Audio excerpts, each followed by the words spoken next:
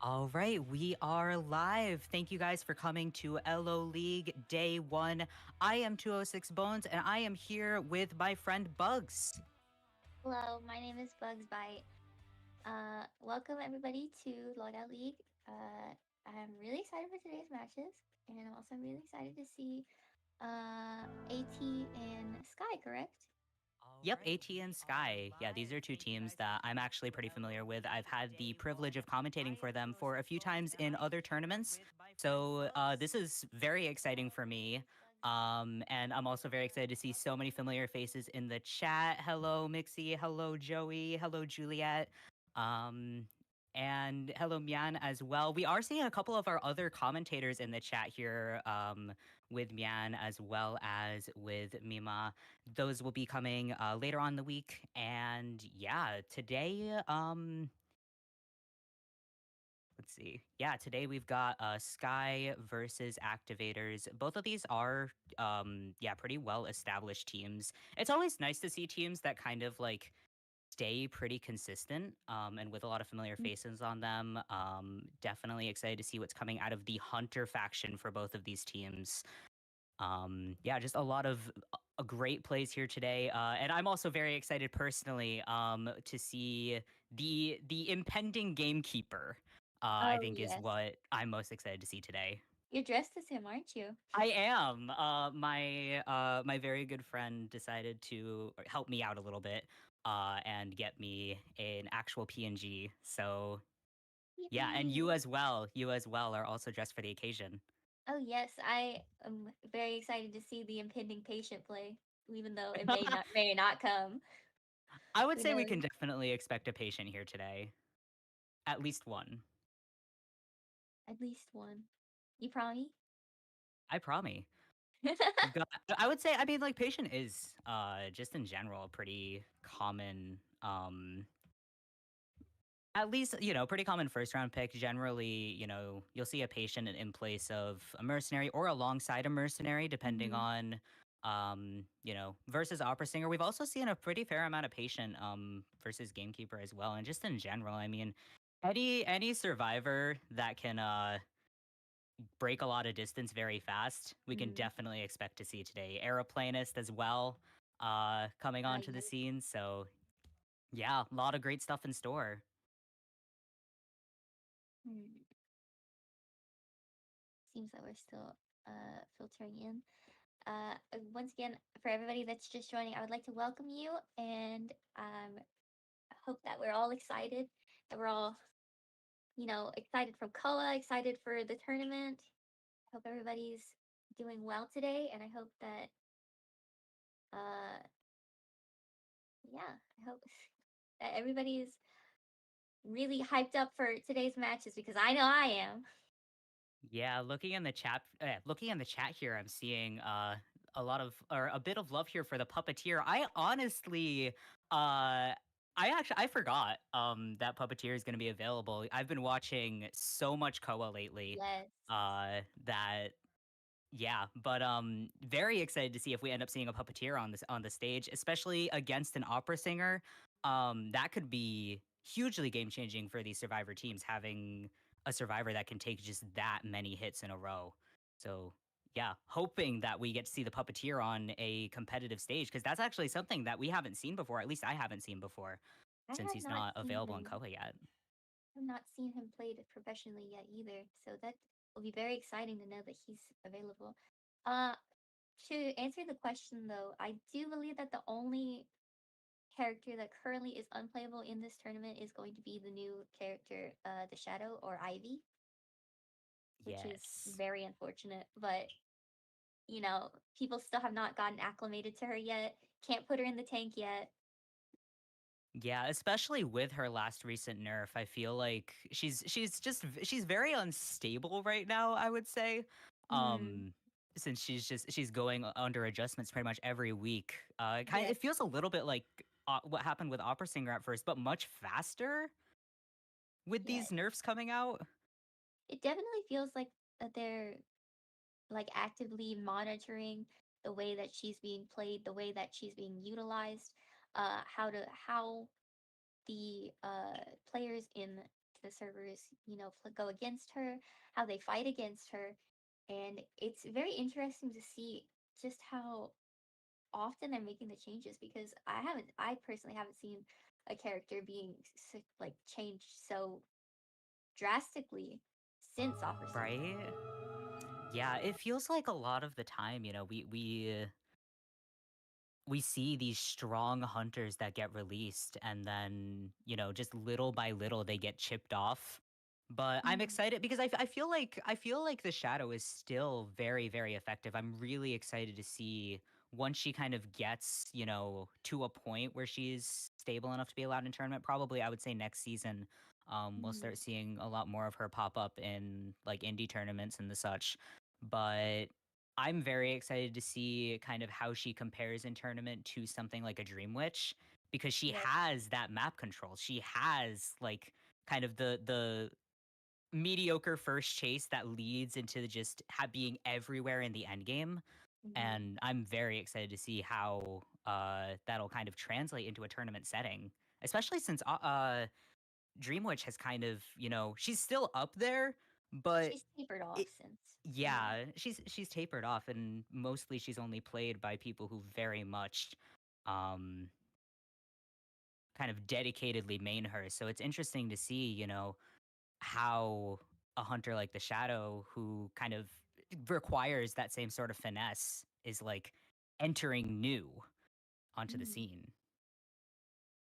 Another familiar face that I'm looking forward to seeing next season is, of course, our fire investigator, Florian. I am so That's looking forward to true. seeing him. Yeah, Looking I mean forward that to is that. it's gonna be crazy. I feel like just from a gameplay standpoint, he's like I'm excited to see him in tournament. I'm not excited to see him in my own rank matches because Yeah, I have a feeling he is like not welcome in my rank matches. However, to see him played in other tournaments, as long as it's other people that are a good arm's length away from me, then I'm well going to see it. However, I am going to be playing him as soon as I possibly can. Will I be using his ability? No. But but you I want to will look at be him. I will be wearing his outfit. Yeah, I've seen a lot of controversy around the S tier. But I feel like you know what I'm actually excited for more than the S tier? I'm excited for Clerk getting a skin Oh because yes, that skin is gorgeous. it's lovely. It really is. Personally, I'm looking very much forward to the coordinator skin, and I was looking forward to the Matthias skin. However, Clerk came in with the studio chair and knocked him out. So um, we will no longer be seeing him. Were there rumors that he was going to get a skin? It was. I think it was mostly just because he was due for his skin. Oh, It wasn't that that would there be was kind a of rumor. soon.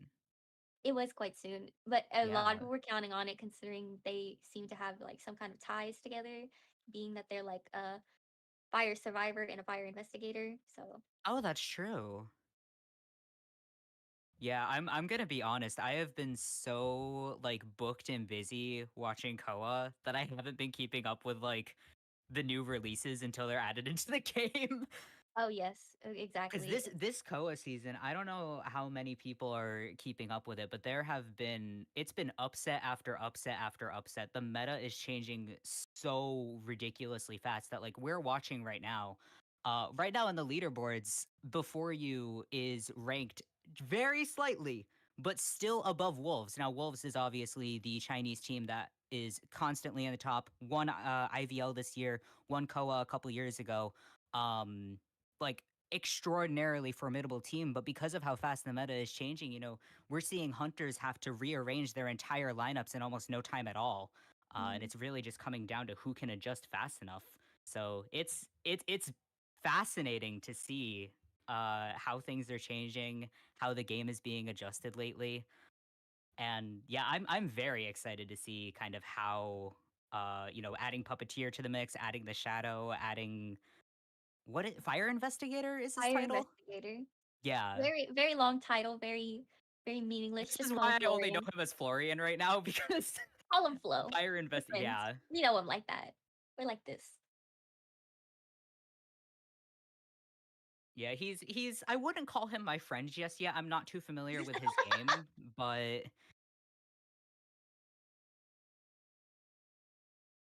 Florian. Matthias, however, he's like a long lost son to me. He really is just he's wonderful in every aspect. Lewis, however, not too crazy about. I like that ugly ass little puppet boy. I really do.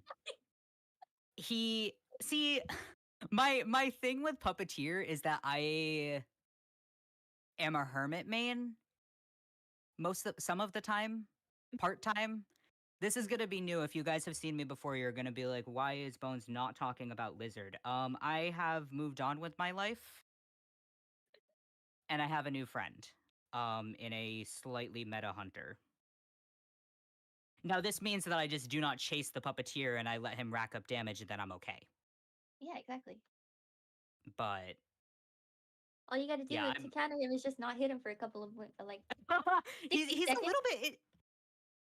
I think it's 25 seconds if I'm remembering. something like that.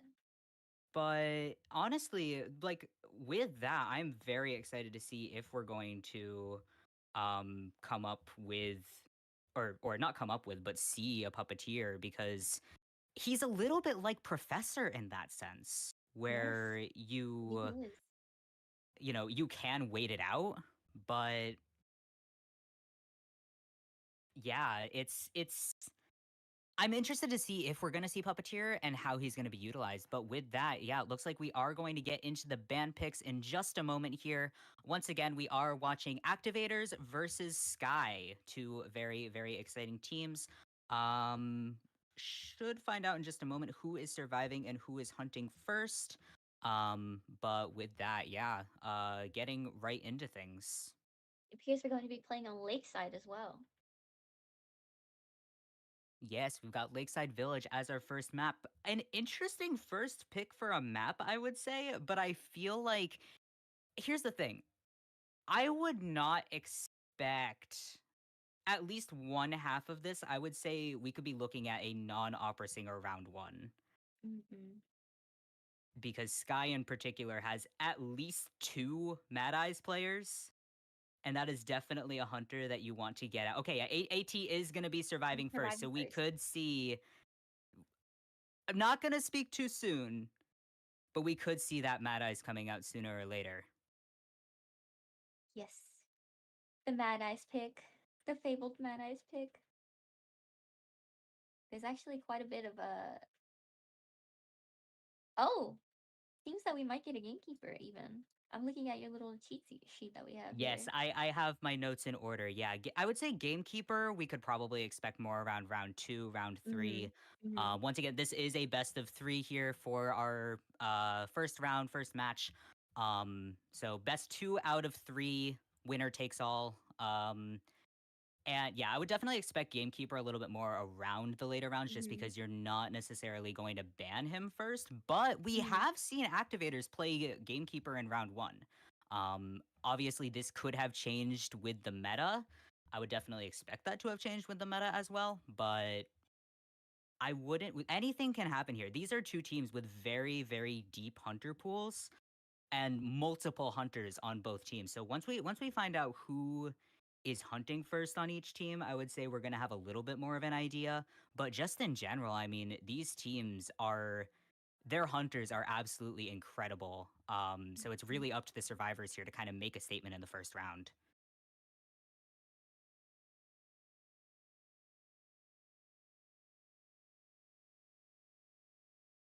Piggybacking off of what you had said about potentially. Oh, it seems we got our first ban coming in. Yeah, we should be having those up in just a moment here as the teams get into their band picks.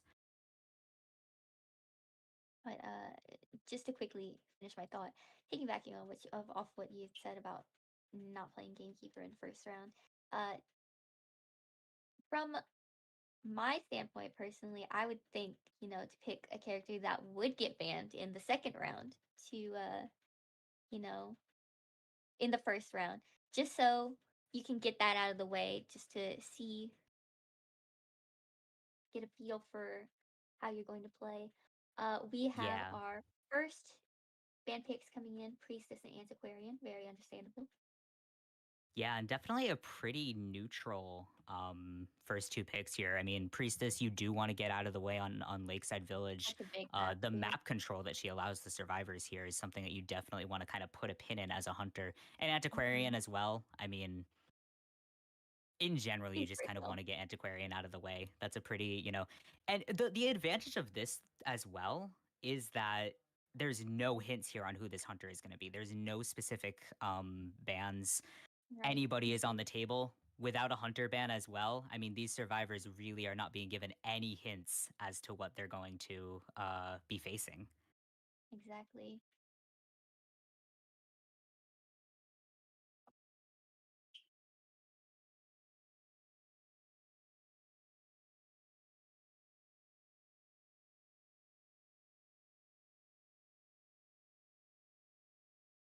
All right, we should be getting our first two survivor picks here in a moment. Just to clarify as well for our audience, first two survivor picks of every round will be permanently banned for the remainder of the rounds. You see those nice little six Hmm. squares in the center there, right above the map selection.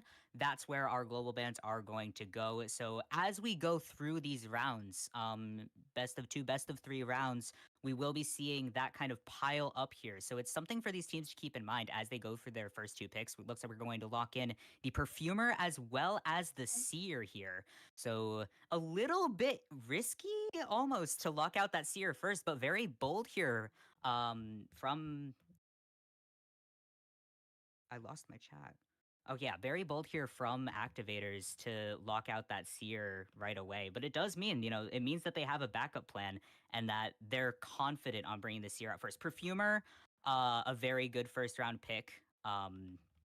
Very kind of versatile, but also set in place to go against the opera singer. She can take a lot of hits, and especially with her recent rework, she's been much more effective than she used to be. The time that it takes to teleport back on the perfume, it's been cut in half. So I'm very excited to see kind of perfumer re-entering the meta. I know that yeah, checking the chat here. I was gonna say Mian is gonna be excited about that, and I was right. So yeah, a lot of perfumer love here. So I would say a fan favorite pick for sure. We're also seeing our next fan, which is going to be the Gravekeeper, and our next pick as well, which is going to be the Journalist. Looking Oh very, wow. very stacked. Journalist here is not a pick that you see very often. I'm honest, I'm surprised to see her on Lakeside. She's generally a pick that you see more on a map like Red Church with a lot of Mhm. pallets, a lot of kind of areas to get the baby um off. But again, we're looking at this team of just very, very tanky survivors. Yeah, I So mean, you can see that we're gonna have the Seer that takes 3 hits to down, the Femur that could take upwards of 5 hits to down, and Journalist, if she plays her cards right, she could also take a good amount of hits to down. This is a really, really beefy team. yeah, and locking in our last pick here, a little bit of Ashes of Memory love with that novelist. We have seen novelist almost get banned more than he's picked in this current competitive season. He has just been so effective lately with the not the switch trait being reworked the way it has been. It kind of acts like an owl. It acts like kind of this 1 second stun Mhm. that also gives him a speed boost. It can cancel hunter animations. He is a very, very valuable pick here, as well as the fact that he's going to be recyclable. I mean, once again, Perfumer and Seer, we're not going to be able to see them again from activators. And having that novelist recyclable, I would say, is likely going to stand in here for kind of that Seer Perfumer capability. He's Mhm. just such a versatile character and just a really, really valuable pick. We also have our last band coming in at with, unfortunately, my beloved wife Ada. We're going to have to see her go. Parting is such sweet, Yeah. as they say. And yeah, Hunter for Sky is going to be BT. So, as I was saying about that deep Hunter pool, I would say we could expect a Gamekeeper here in the first round because it is BT, Mm, but it's very, anything can happen here in this round one. And I am a big fan of when hunters kind of take a risk in the first round, pick something that, you know, is going to, could be banned in later rounds. But yeah, I'm very excited to kind of see how this goes. And yes, it looks like we mm, are going mm. to have that gamekeeper coming through. Very Yay! happy about this information. I never get tired of seeing Gamekeeper. He is just such a strong hunter and really just kind of a breakout star of this current meta with the hook being able to stand in almost for the sort of infinite opera singer dash as soon as you reach max presence with Gamekeeper. He can just hook all the way around the map and just such a versatile hunter as well. I am very excited to see this. Definitely going to stand a chance as well against, Eli Clark, the novelist, perfumer. Definitely brings to the table a very formidable champion uh, that can stand against this team. Though he has been in my personal rank matches, has not been seen very often. Seeing him in professional settings, he is amazing. Just absolutely wonderful of Hunter. I'm very excited for this matchup. Me too. And I'm looking at the chat saying Bane is so cute. Bane is so cute. I mean, His emote is my PNG absolutely is not adorable. showing right now, but I am dressed as Molten Hound, quote unquote. So yeah, I am big Bane love here today. But yeah, looking at the persona webs that activator survivors have locked in here, we're going to have Perfumer carrying 3-6 as well as Journalist. So we've got Tide Turner carried on both the Perfumer and the Journalist here. All survivors have borrowed time. Seer and Novelist will be carrying Flywheels. So this team has definitely expected a Gamekeeper here. Flywheel can be used very effectively against a Gamekeeper. It can actually cancel his traps, which is huge. And if a flywheel is timed right, it can be absolutely game changing against a Gamekeeper. Gamekeepers can really depend on those traps in order to make a statement. And having them just be kind of knocked out of commission immediately by a skill. Now, that does mean that activator survivors are going to need to be on top of when they use their flywheel. Are we Mm, going to use it to dodge a hook? Are we going to use it to break the trap? Are we just going to use it to dodge a hit after being hooked? It's very kind of it's a close thing to really work with that flywheel. Um, but being on the novelist, being on the seer, this is a very very strong team. It's just a matter of whether or not they can stand against the might of the Gamekeeper. mhm.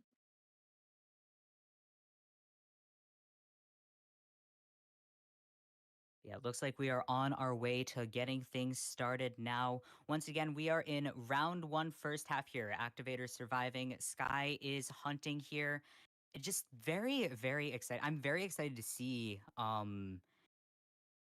sort of if they're able to stand up because Gamekeeper is very first chase dependent. And looking at these survivors here, we have honestly, I would say best first chase here would be maybe Perfumer's gonna waste time. The issue with Perfumer here, I think, is that once you take 2 hits, Gamekeeper has presence, and then you have to balance the perfume between do I take the chip damage that comes with Gamekeeper's hook the moment that he reaches first presence, or do we wait for the basic hit, take the chip damage, you know, it gets a little bit more complicated to chase a Gamekeeper as soon as you feed him presence. This is where Perfumer is going to struggle a little bit. Mhm. Journalist is going to be very strong against this, though, if she's able to time the orphans well.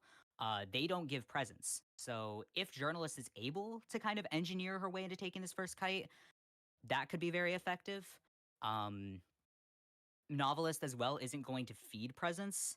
Seer, Seer feeds presence, but with kind of the rechargeable capabilities of Seer, I would say it's less of a risk as well as with the teammate support. But heading right into things, we are going to see Molten Hound, very, very beautiful here. And Yeah, heading right into things.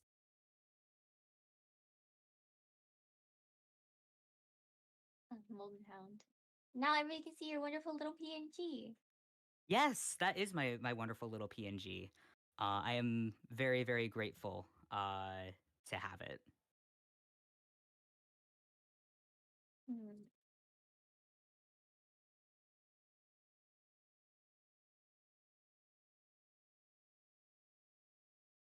I do really. I'm very curious about what kind of spawn layout they're going to take because if yes, area selection mode is enabled in this tournament. Uh, see, we're going to have the novelist spawning at the shack.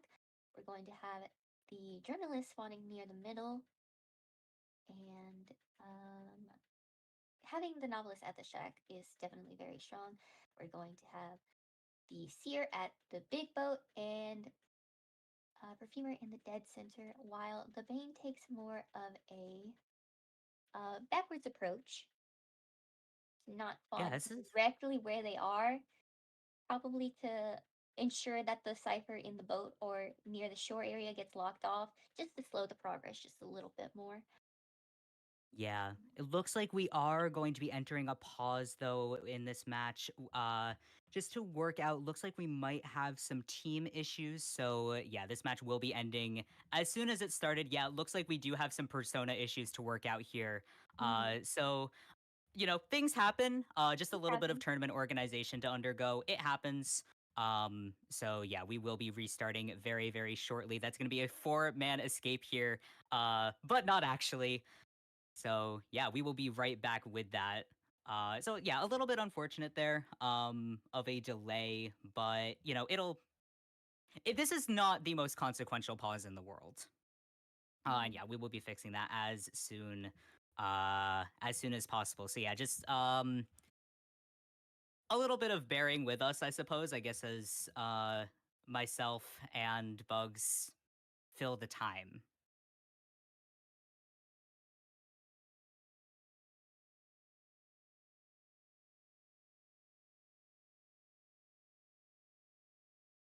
Ooh, it Born seems to serve, forced to wear B tier. Yeah, that is kind of how the story goes. the blight But of playing on low graphics, honestly. it really is. I mean, I play on low graphics.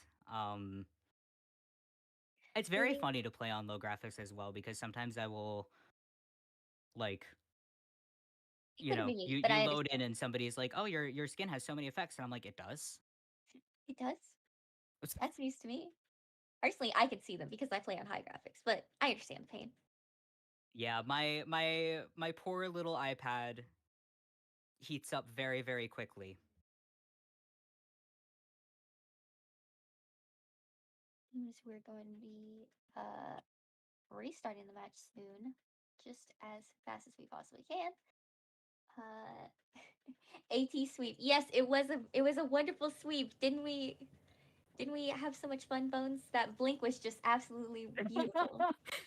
Yeah, I mean, I honestly, I'm assuming we are going to go with the same spawn picks, but just to talk about Mhm. those spawn picks for a second, Activators was setting up journalists to take that first chase there, being Mhm. placed in the middle like that, trying to kind of bait BT into going there for the first chase.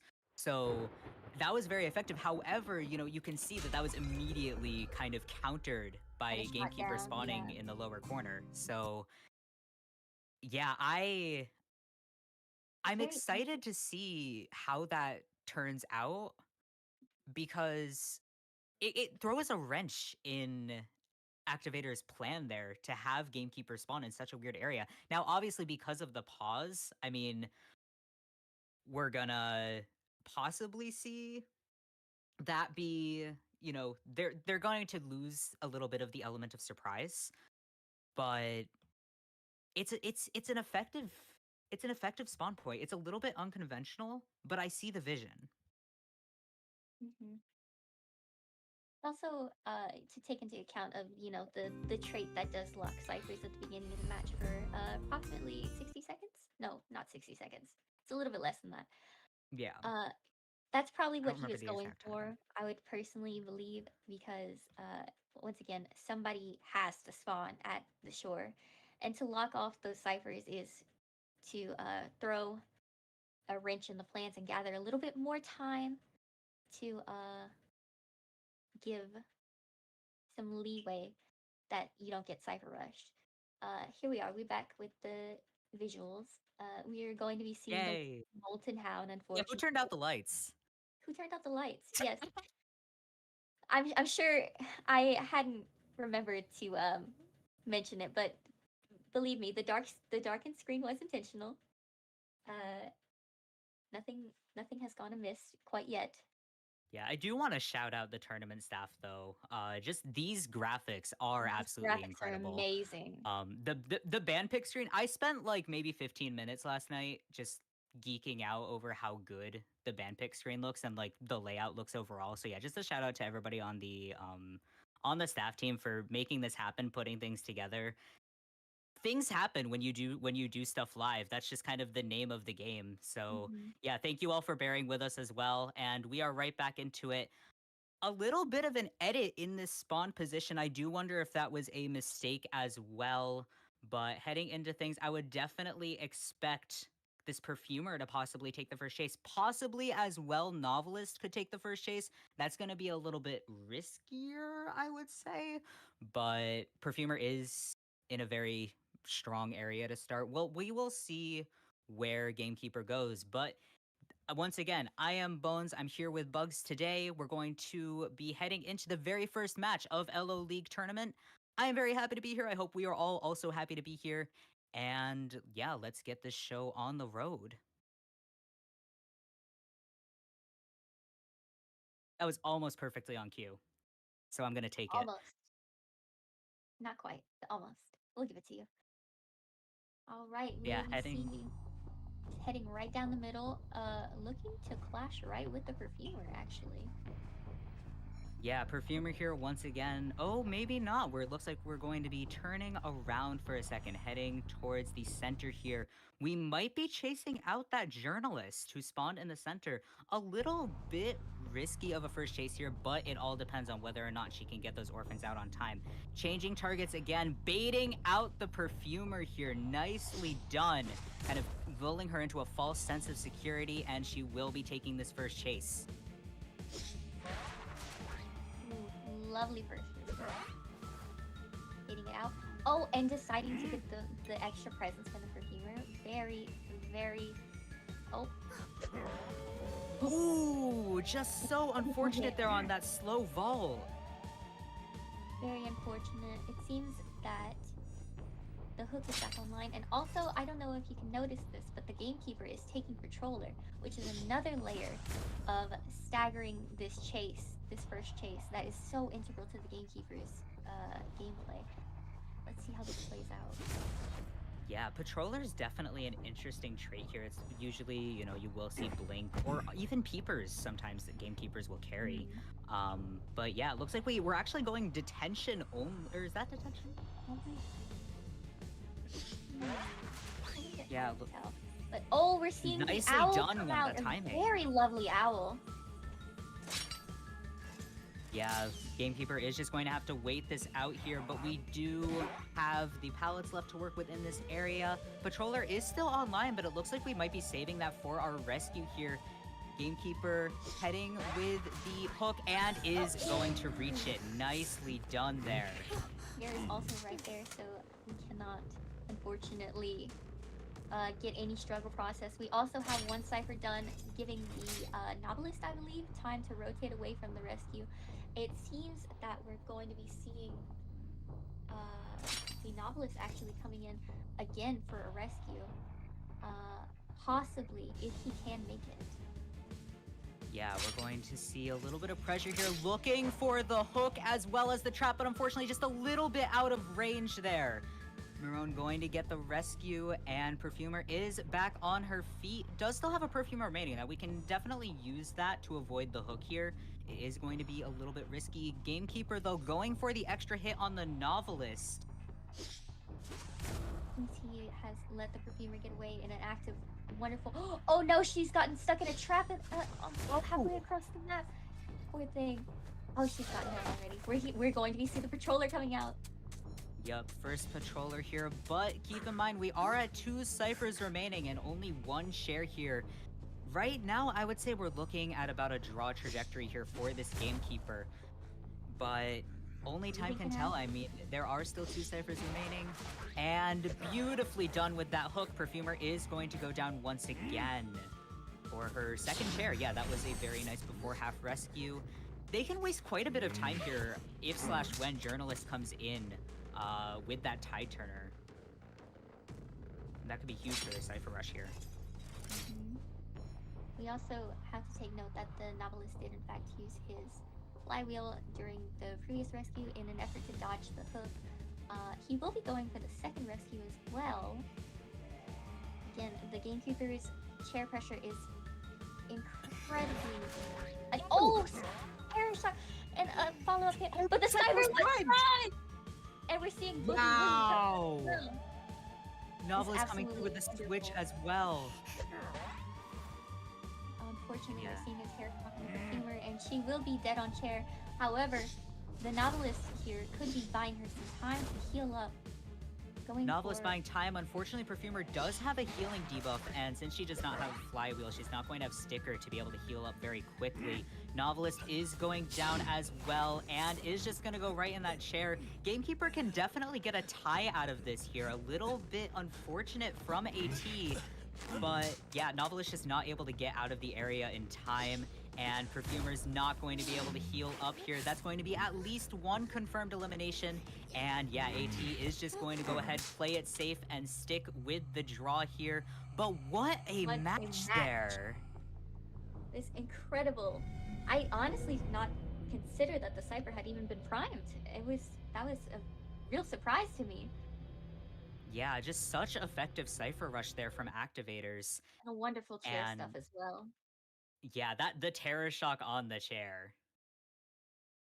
It Incredible. was just Right as I was saying absolutely... too, that Right? the gamekeeper's chair presence is just so incredibly suffocating in a way that like you just feel like you have to act at that moment or else he's going to hook you or you're going to get terror shocked, something like that. Incredible, Yeah, incredible play from both sides. it's very, very difficult, to really get that timing there on the hook. But yeah, just perfectly timed there. Cypher Pop was great as well. I I I feel like that could have possibly been maybe pushing for a 3-man escape if Journalist had gone in for that rescue. Novelist was Hmm. closer, did have the switch, but just staying a little bit too close to Gamekeeper there really, pushed that a little. I would say not in any team's particular favor. We are still in round 1. It was a tie here, so that is going to be 2 points to each team, but not allowing AT to get the edge here is very, very valuable for Sky. Hmm.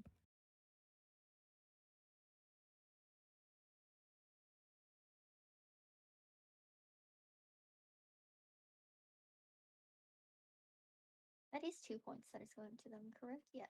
Yep, two points to each team here for the 2 points first each round with a team. draw. Just 2 making sure that I eliminations have. and 2 escapes. Yeah. Hmm. I am writing things down So this time so that I do not forget. And yeah, we are able to keep score. So yeah, I mean, having a draw in the first round honestly is a pretty good result for both sides here. It does, neither team gets a lead, but neither team, has an is edge. too There's far still the behind. second half of the round coming up.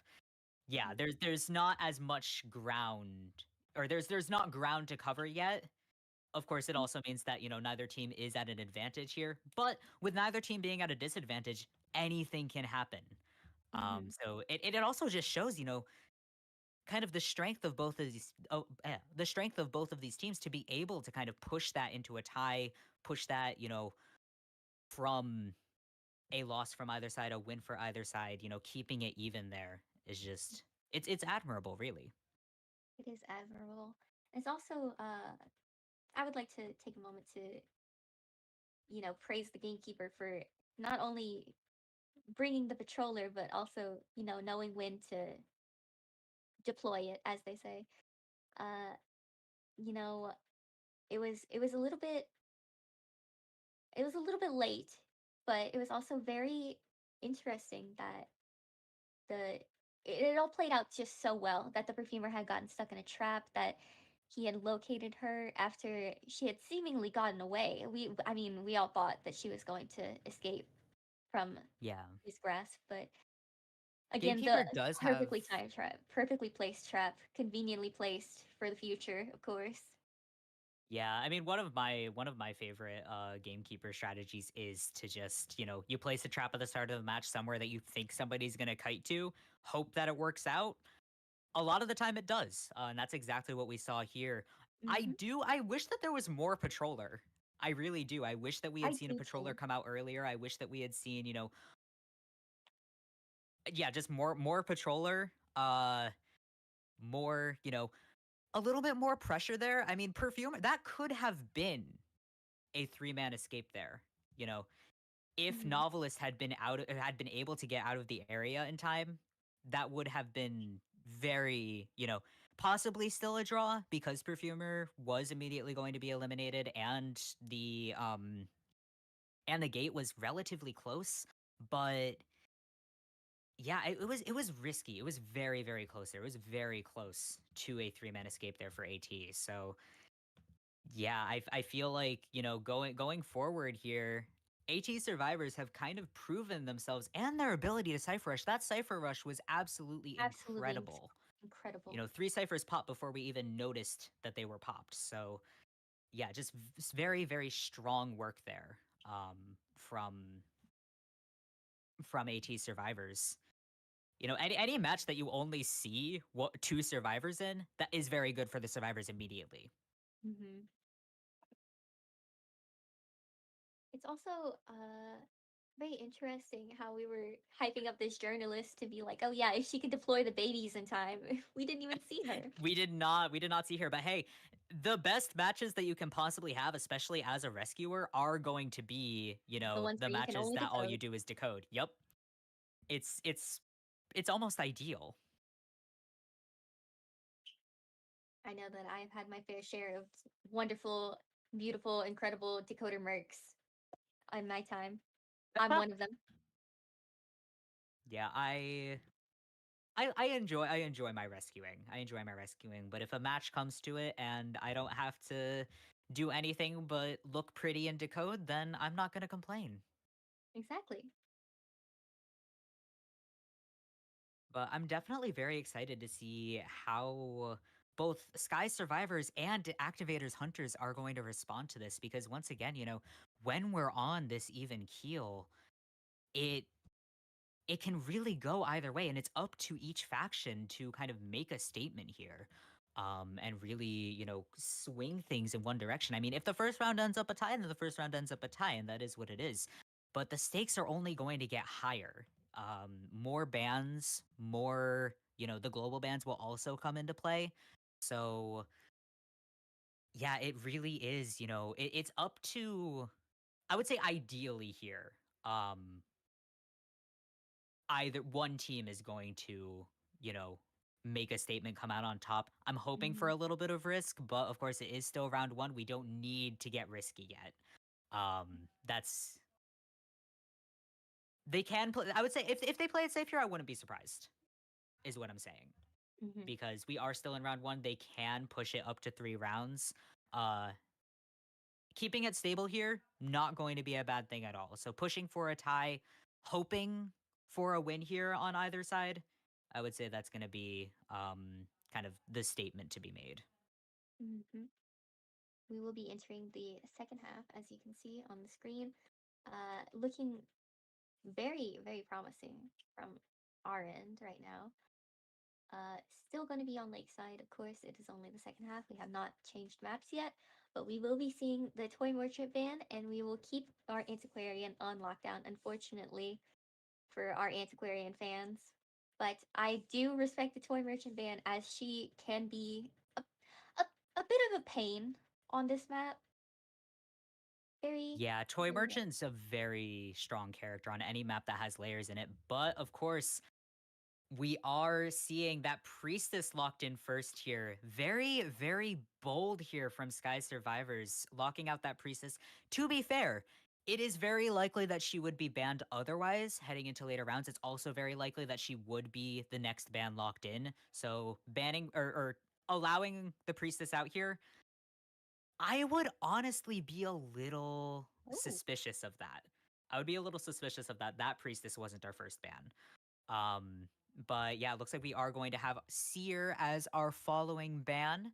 And yeah, we should be seeing that survivor pick come through shortly. And as right on cue here, we are going to see Wildling as our third survivor. So a very this is almost reminiscent to me of kind of this Koa 4 era lineup where you have just a ton of tanks kind of stacked on top of oh, each other. And yeah, speaking of, we are going to see Aeroplanus as our final ban coming through. how unfortunate. Yeah. I myself, I will say I'm a little bit disappointed in the Aeroplanus ban, but it does speak to his strength as a character. Especially on this map when you can uh boost yourself off the boat and get incredible amounts of distance. We're also going to be see the psychologist being locked in. My beautiful wife Ada. Yeah, psychologist rounding out this lineup. This is a very, very strong survivor team, but a little bit interesting here. Wildling coming through and Wildling not being one of the first picks is kind of drawing my attention here. You don't see as much Wildling anymore, but for our round one Naiad here coming out from Activator's Hunter, that is extraordinarily unprecedented, but does that means business. That means business, business, business here from this Naiad. Absolutely. And it's going to be a surely to put the pressure on the rescuers with your water as well. I'm assuming that the gorge is going to be a rescuer as opposed to a kiter. Oh yeah. Yeah, I mean, I feel like the thing with this team is that you really don't have kind of a solid first chase. You know, you have I mean, Priestess, I would say, is probably um kind of your weakest kiter here, but the amount of control that she has over the map, I would say that Sky Survivors are planning to spawn her in on either. I would say big or small boat can definitely both work for a priestess here, both in terms of support portals as well as kind of her safety. But with a Naiad, you really do have to be careful of not tight kiting. She can water off the boat. She can water off um small boat. Pretty much any kiting area on Lakeside, she can very effectively water off. So these survivors are going to have to do a lot of transitioning. I would say Psychologist is definitely a little bit in trouble there. Coordinator, once she's used her gun, can transition kite. She does have a little bit of a built-in kind of vault boost, kiting boost. So in slightly less danger there, but still, all a coordinator has is her gun. And the moment that that is used, that's kind of, chops for her. But yeah, I am very, very kind of intrigued to see how these survivors are able to stand up to a Naiad because picking a Naiad in round one, I said this already, but it really does mean business. This means that this is a hunter who is confident in Naiad and, kind of preparing for her to be banned in later rounds. So yeah, I am very, very intrigued as to kind of what is in store for us. And yeah, Bugs did have some technical problems, so you're stuck with me for the time being. Whether that is fortunate or unfortunate, I'll leave that up to you. Um, but yeah, I mean, this is just such and it's just such an unprecedented lineup here for a round one. I mean, Survivor lineup, we're looking pretty average for, you know, a round one, but it does look like here. Yeah, we've got our Wildling here carrying Tide Turner. Everyone else does have borrowed time except for the coordinator. Now, coordinator does not have borrowed time. Pretty common because she is very much a first chase sort of character. We generally don't see coordinators bringing borrowed time with the expectation that, she will probably be sent back to the manor if she is not safe by endgame. So yeah. And for our spawn picks here, we're leaving a nice spot open for the Naiad in the center there. Um, which yeah, she is gladly going to take. We're going to have Priestess spawning in on the big boat. Wildling also in the center here, kind of baiting out that first chase.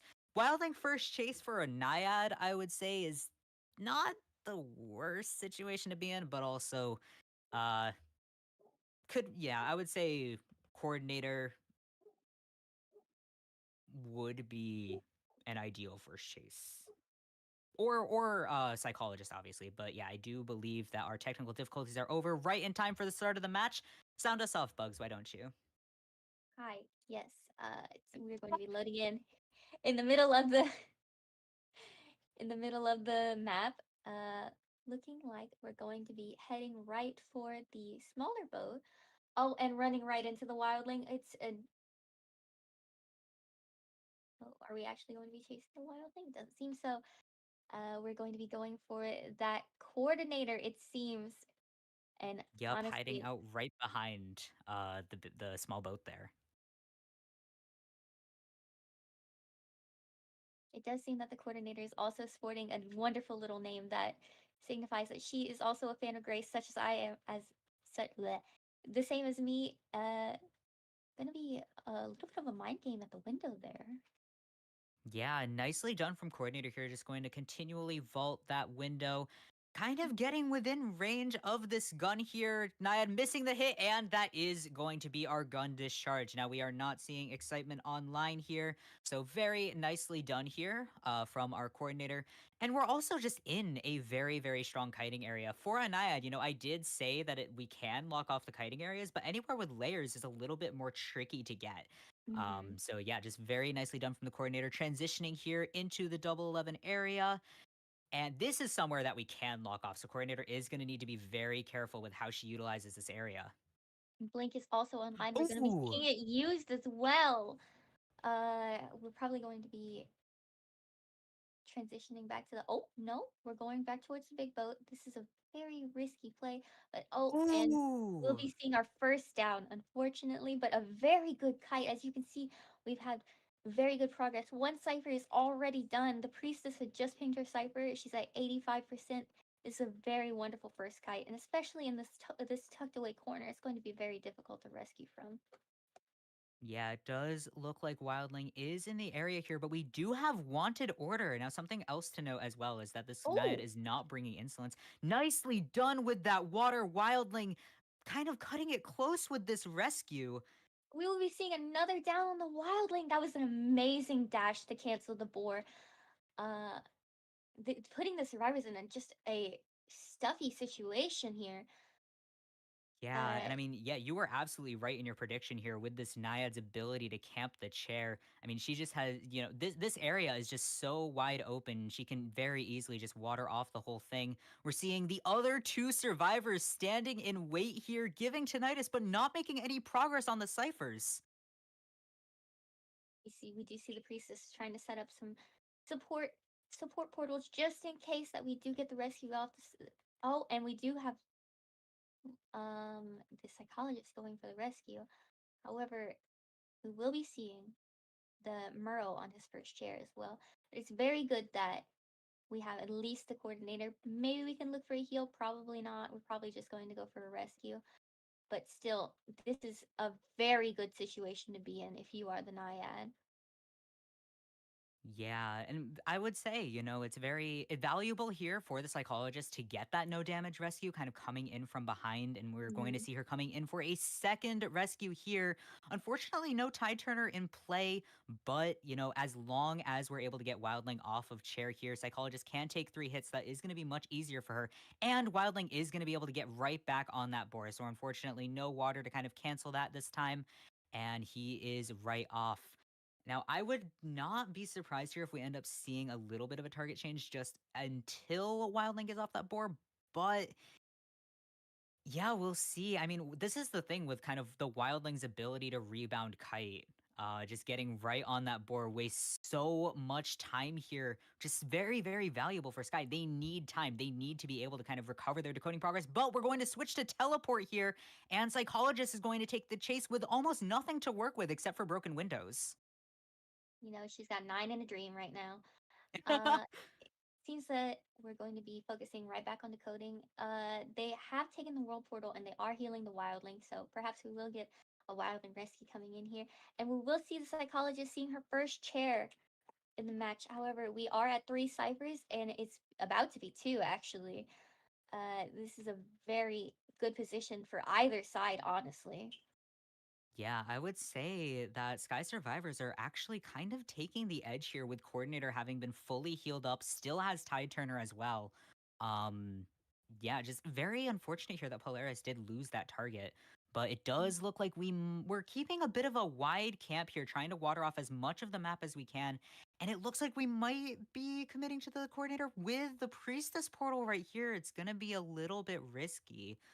But Wildling as well in the area. We've got 1 cipher remaining and 4 survivors still up. Coordinator taking the chase once again. Now, what's important to remember here is that Coordinator does not have borrowed time. So if we're looking for kind of this final chase, Coordinator's in a little bit of danger. We're going to see Wildling get knocked off the boar as well. Coordinator about to take a hit here. Cypher is not yet primed. So she will be seeing her second chair here. I She's dead. do believe, yeah, she was rescued after half, unfortunately. So, yeah, just a little bit unfortunate there that she was able to kind of get found out there. That is kind of the value of Wanted Order. And another teleport here, right back onto that psychologist. The map pressure here from Polaris is just absolutely incredible to watch. Oh, we're seeing a pop as well. Wow. What a wonderful, wonderful chase. Really just it goes to show the strength of Polaris's Naiad. We will be seeing the remaining survivors healing up. Wildling is also coming in for the rescue, while the priestess seems to be focusing on decoding. Uh, it's honestly a wonder how they can even keep such a cool head, but it is a testament to how professional these teams are. We will be seeing a Ooh. rescue once again with Tide, as uh, Wildling had not rescued yet. We'll be chasing the wildling just to probably get him, considering he has been on the share before. He will be camping out in the corner here just to buy some time to get the psychologist away. Uh, Also to, get a good distance away from the chair to buy extra time to decode. Seems that the cipher is primed actually. So we might be seeing. Oh no, she's just making a world portal. It's not primed. Yeah, I was going to say we could see that global portal come into play just to get Priestess with full health to the chair. That's exactly what's going to happen. But of course, with the global Oh portal, oh, but the my the goodness, image was still there. that's That what's is dangerous. absolutely huge here for AT, knocking down Psychologist while she was trying to prime the cipher. They can't decode anymore. Until Psychologist self heals, they're not going to be able to decode that final cipher.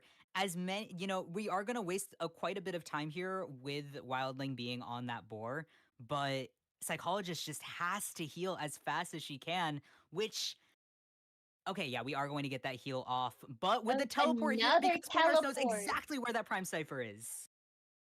We'll be watering off the shack as well, just to discourage, and also watering off the cipher, another way to discourage decoding. And we will be seeing Chase resuming on Father Milk, who is on the last chair actually. So this is a very stuffy situation. However, the priestess is working on the cipher. It could possibly be done by the time that the psychologist gets down, and we could be looking at either a tie or even a win for either side, honestly. Oh, and we will be popping the cipher just without a hit at all. Yeah, just trying to Wonderful, catch wonderful Polaris situation. while we're in that water dash here. And yeah, with 3 survivors here, all of which did have borrowed time, that does mean that they can kind of withstand the water for just a little bit longer. And this Mm. is just the pressure of these survivors standing up to this Naiad is just incredible here. Though, really, the only thing that they could have done to kind of save this for themselves was force Polaris to stretch thin. And that's exactly what's happening here. We're going to see Priestess taking this chase. If the survivors are able to reach the other exit gate, I would say they're going to be able to draw this at the very least. If they can do it before teleport comes back online. We have And it looks 16 like we seconds on the have. teleport, and of course we do not have uh oh, a wonderful hit. Yeah, just knocked right out of the portal there. We are going to see Priestess chaired, but it looks Looks like like they are the gate just is making already it to the. open. Oh, no. Okay, the gate was open. All right. Yeah, that is going to be a tie there, but not for What a lack of match. fighting. Just Really. absolutely incredible teamwork there from Sky. And yeah, I mean, you can definitely see why activators locked that Naiad in for round one, but just the communication there It's a was wonderful match entirely. incredible. It's a wonder how in such a situation that they could keep a calm head. But that just like I said, that just goes to a testament to show how professional these teams really are. Uh how level-headed and clear-minded they can remain in the face of adversity, such as Wildling getting stuffed and being set back on. I believe it was two ciphers at that time. That was Yeah. incredible. What a comeback from such a grim situation that they had found themselves in. Unfortunately. Yeah, just incredible work there from I really thought that that was going to be a four-man elimination. When you have a situation where you have one survivor downed, one survivor in the chair, and two survivors at the chair, that feels like it should be a four-man elimination situation, but just the caution that Sky survivors were able to execute there, Hmm. the kind of discipline there, the waiting to rescue, waiting to, kind of regroup, being very, very defensive about it and very cautious, that secured them the tie because they didn't go in, you know, kind of guns blazing, let's get this rescue, full steam ahead. They Hmm. really, really stretched the Naiad thin, and that was just so strong there. Really coming out of the how does that saying go? Coming out just Of the closet? I'm not sure what reference you're trying to make here. okay. Well, it's not that. I can tell you it's not that. But it really just goes to show that, you know, what we're dealing with is the best of the best at this point in time. Uh it's honestly they had gotten into so many situations where I had thought to myself, like there's just no coming back from this. There's no uh there's like this is such a suffocating situation to be in, and yet they persisted and they saw the match out through the end. That's very commendable. Mhm.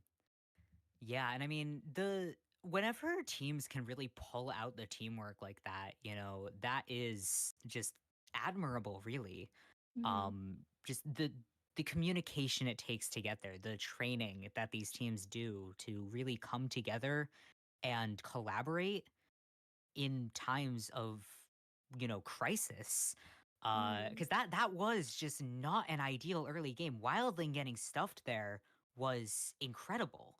And just Wonderful so for the Naiad. yeah, just a great, great play there from Polaris. But the tenacity of the survivors to stand up to that, just incredibly, incredibly played there for our first round. But that leaves us deadlocked here in our round one. We've got a 4-4 score, draws on either side. So It's anyone's we're game, really, honestly. yeah, Really is we're just heading into the anyone's rest game. of this. Hmm? Really is just anybody's game at this point in time. Yeah.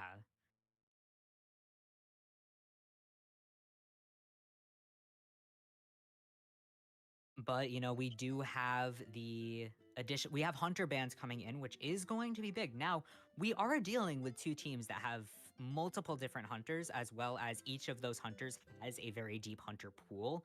So I I would be, I wouldn't expect just one hunter band to have that big of an effect on these teams. One hunter ban is one hunter ban, but neither, as we've been kind of seeing in tournament lately, that round two ban, opera singer. Mm-hmm. neither team pulled out an opera singer in this first round. Now, this either means, that they don't have an opera singer and that their hunter pool is just wide enough that they can pull out, I would say Gamekeeper less of a controversial pick at this point, but Naiad round one, it really means that you're keeping these survivors on their toes. There's no sort of telling what is to come from these survivor sides. So strategizing, that becomes that much harder when you're dealing with when you're dealing with two teams on both sides where the expectations go anywhere. Really, really is something to look forward to, especially, you know, uh,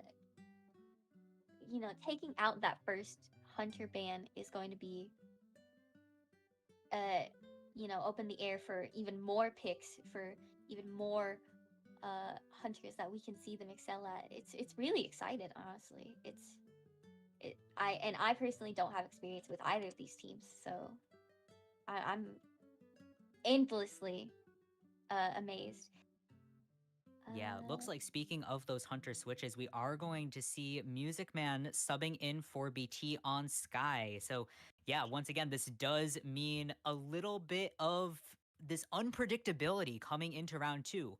We're looking at Dream Witch, we're looking at Mad Eyes, we're looking at Sculptor. Now, Sky is a team that is pretty well known for their Mad Eyes picks, so I wouldn't be surprised if we end up seeing a Mad Eyes in round two. But that also means that Activator survivors, they can go ahead and either ban Mad Eyes or just counter comp him. We've been seeing, right now, kind of to draw the comparison to Call of the Abyss right now, RD is the Hong Kong, Macau, Taiwan team. They are known for their Mad Eyes as well, but we're seeing every team that they go against knows that they're going to be pulling out that Mad Eyes and goes, hard counter. They go Thief. They go, Wildling. They go Professor just to eat the chip like one hit of chip damage. Professor has so many little passive traits, but one of those is that he can tank one hit of chip damage. Just the first hit that he takes, it doesn't count. So teams will, mm, they'll do that, just pull all of that out and make it almost impossible to play Mad Eyes against. So with, Mad Eyes is kind of that, it's a strong pick. Mad Eyes is a very, very strong hunter, but as vulnerable as he is strong.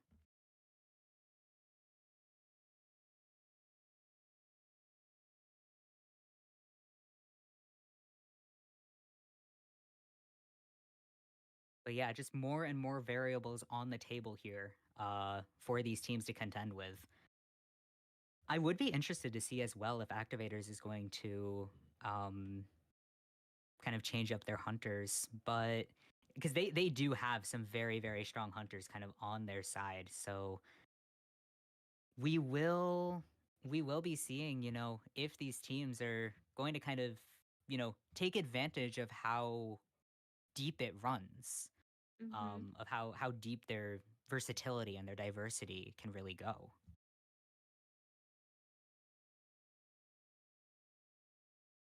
And I do want to give a shout out to Jupiter in the chat there. That is who drew my beautiful PNG.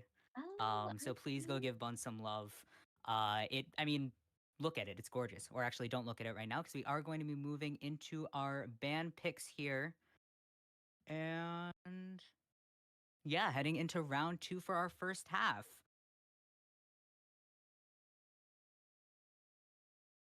I'm very excited to see what the map pick here is going to be because map pick can really, really Mhm. kind of make or break this in these teams. But it looks like we will Oh, be getting that soon here. I know somebody that's going to be very unhappy in a couple of seconds.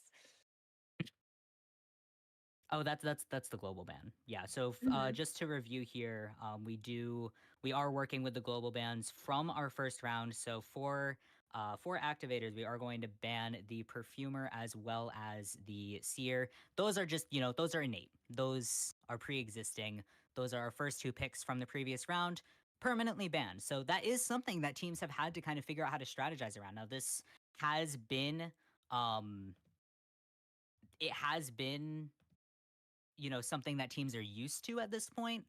But yeah, I'm excited to see kind of how they're able to strategize around that. And it looks like we are going to be going with Moonlit as our map pick. So that leaves it open for quite a few hunters here. It's a big map, but it's very open. It can be very, very strong for pretty much not every hunter, but definitely quite a few. So these hunters do have a lot of versatility to work with. It also leaves the door open for my beloved patient. All right, and it looks like there was a slight miscommunication here. We are going to have Sky on the Survivor side first. That is going to be, I believe, Priestess and Coordinator as our global bans. So yeah, we will be seeing the Perfumer and the Seer bans in the next half of the round. But with Sky surviving first, AT is going to be returning to the Hunter side first. So yeah, we will be getting that sorted out momentarily.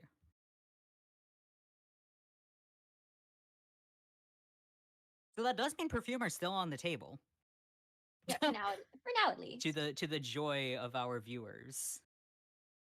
But not having Priestess here definitely kind of puts a wrench in Moonlit being the map pick. Now, Priestess would probably have been banned anyway because it is Moonlit River Park, but now Activator's Hunter doesn't have to ban Priestess on Moonlit, which leaves the floor open for any bans.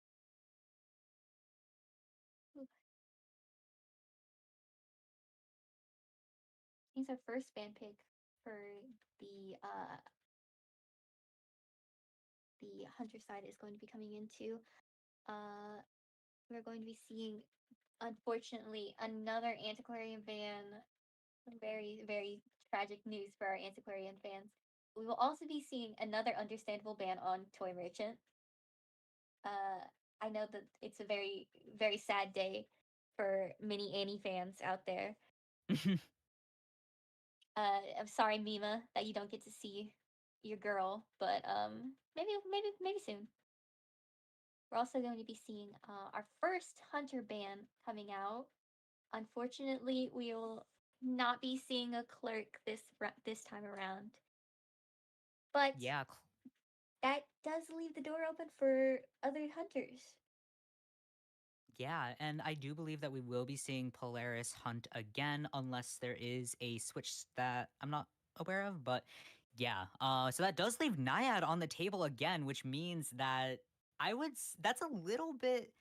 It's not risky here because Sky Survivors were able to stand against that Naiad, but Hmm. I would say it's interesting. It's interesting because they had to fight so hard for that tie. I was kind of expecting a Naiad ban. But yeah, banning Clerk here with the cipher pressure that we saw, I mean, in the previous round, I'm not surprised that we're banning Clerk. Right.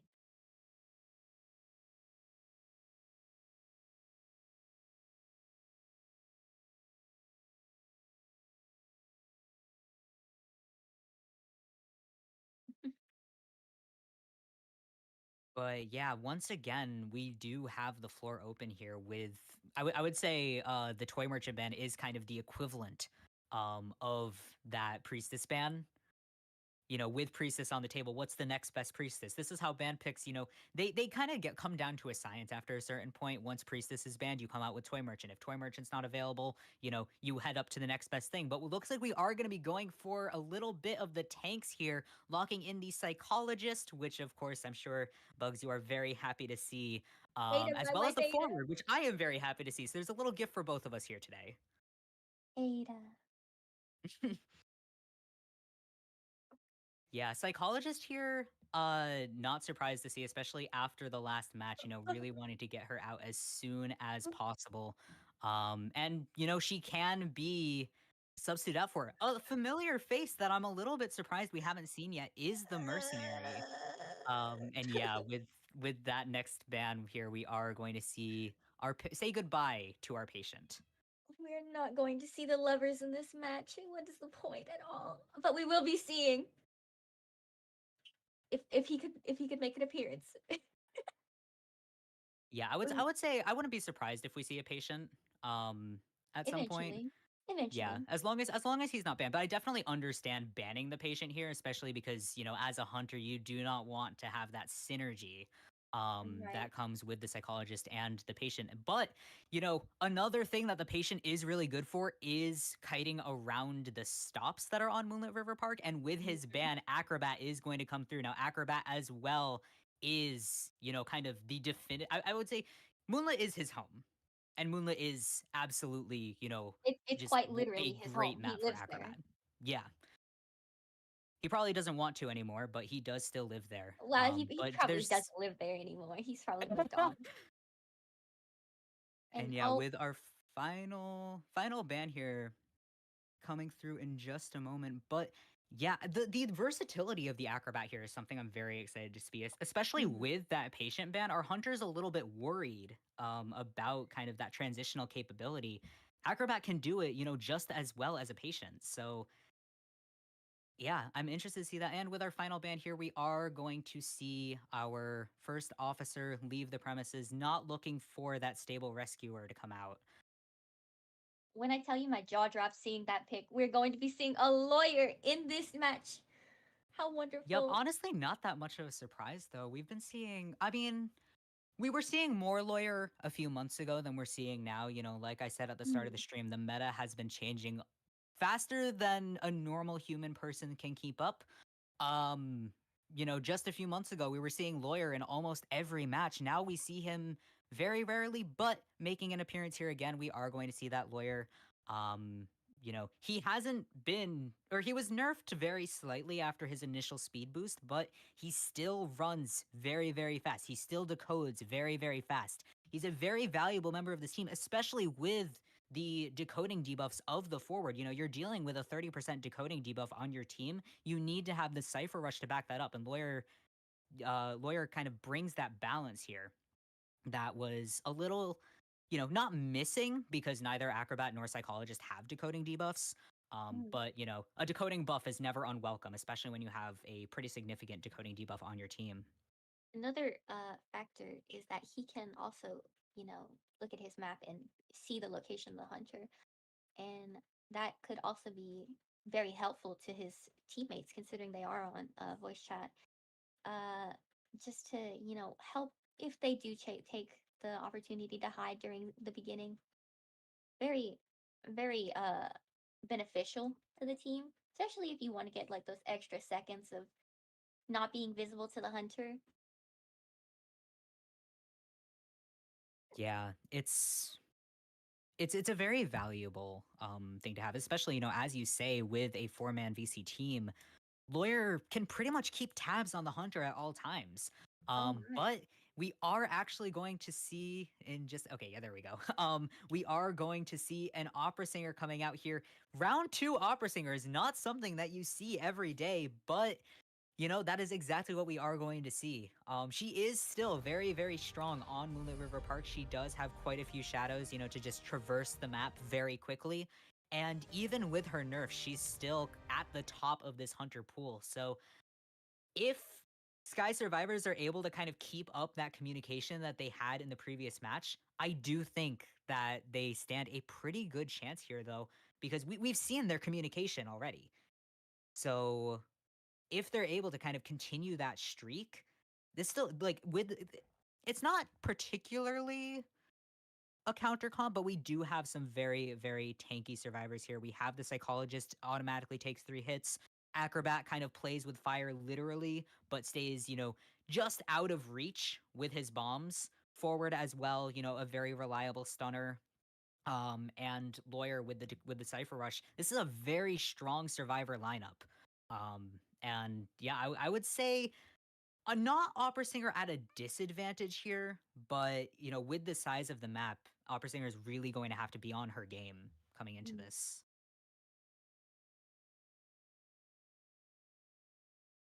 Um, no, it doesn't seem that we've gotten the persona trees yet. However, we will be seeing. Oh, is that Ryuji? Oh my gosh. Yeah, it looks like we are going to have Mhm. that. Oh, nope, we are going to see Lazy Mr. Okay, Bunny instead. A very, very a beautiful better face. pick, debatably. But yeah, locking in here, it looks like we've got Flywheel on the Acrobat. We've got, yeah, Flywheel on the Acrobat. No borrowed time here on that forward. But we do have broken windows as well as Tide Turner. Rest of the team is carrying broken windows as well as borrowed time. And heading right into things, we've got immediately locking in our spawn picks. Yeah, Moonlit River Park is one of those maps where you do have pretty dedicated spawn locations. We've got Acrobat kind of taking charge of that fourth stop. Psychologist nice and safe at her first stop location, ready to take the coaster if she so needs. Lawyer in the center there, kind of a little bit of bait, I would say, but it is still a lawyer. He does know exactly where the hunter is at all times, and he has full control of that two-story location. Forward out on the bridge, and we are going to get right into it. I would say our first chase here, it's going to be risky if we go for four-stop Acrobat, but that is a pretty common direction to take. Lawyer here is in a harder to chase area, but I feel like we could be looking at a standoff here between the opera singer and the acrobat over at that fourth stop heading into this. We're going to be going straight for the lawyer. Once again, though, he can see where the hunter is, so he could just take this opportunity to hide just a little bit. But it seems that he's going to be getting ready for his 15 seconds of fame, perhaps. I would say it's going to be quite a lot more than that. We're seeing already a transition into God Kite here, and as well, a little bit of trouble here with these Opera Singer dashes from Polaris. We're seeing not quite in cooldown yet, but just missing that hit with the size of the Opera Singer's hitbox. This is a very strong area for Lawyer to be able to transition into, and pretty far away as well from the decoding progress, but a beautiful hit in there through that pallet to start us off. We will see the lawyer kind of open transitioning, which, I mean, he has the speed boost to be doing that. He has the distance as well to be doing that, considering that she taking the second stop roller coaster all the way to third stop, perhaps even the fourth stop if the Yup, it looks like all of those stops have been turned off here. And this is exactly what I was saying about the communication here from Sky. They are absolutely on point with that, just forcing Polaris all the way across the map here. It is just incredible to see. We're seeing Acrobat kind of acting as bait here, but Lawyer is just going to continue to take this chase. Is one hit down, but with the amount of distance that we've been able to bring here from this opera singer, this is just such a long containment. Also, take note that the opera singer here is not running Blink, she is running Excitement for the forward. So that also adds to a layer of, we're going to be seeing it down. Yeah, nicely done there. Unfortunately, Lawyer just not able to drop that pallet in time. And that will be our first chair. We're still at 5 ciphers remaining. A little bit unfortunate here that basement is here. Yeah, that's not going to be the easiest rescue to pull off, but it is very possible. Opera Singer, does have camp capabilities, but, she is not Naiad here, so Polaris really needs to be cautious with this. We've got 3 ciphers remaining already.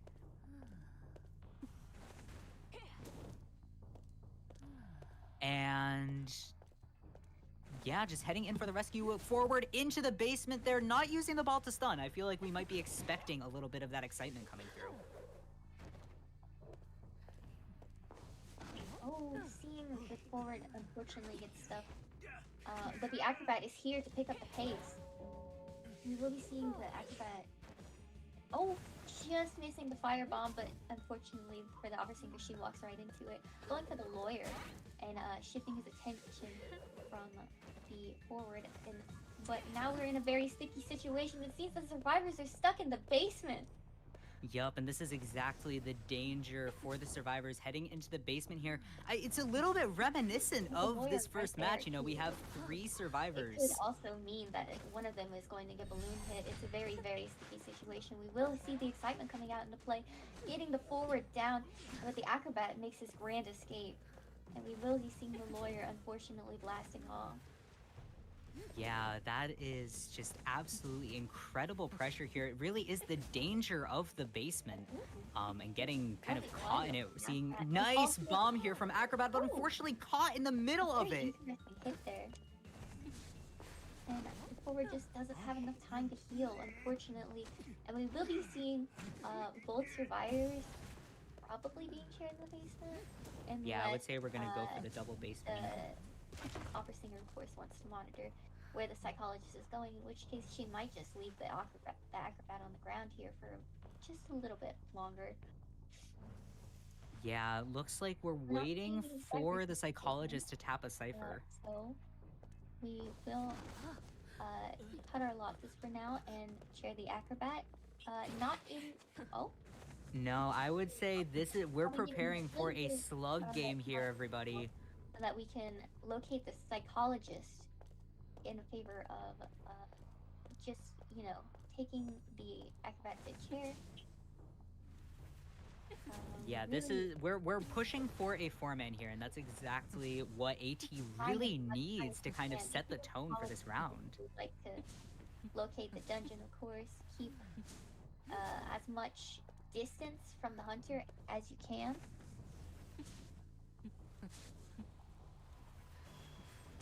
Yeah, And Polaris going to pressure these ciphers, oh, switching we to will be seeing our abnormal actually.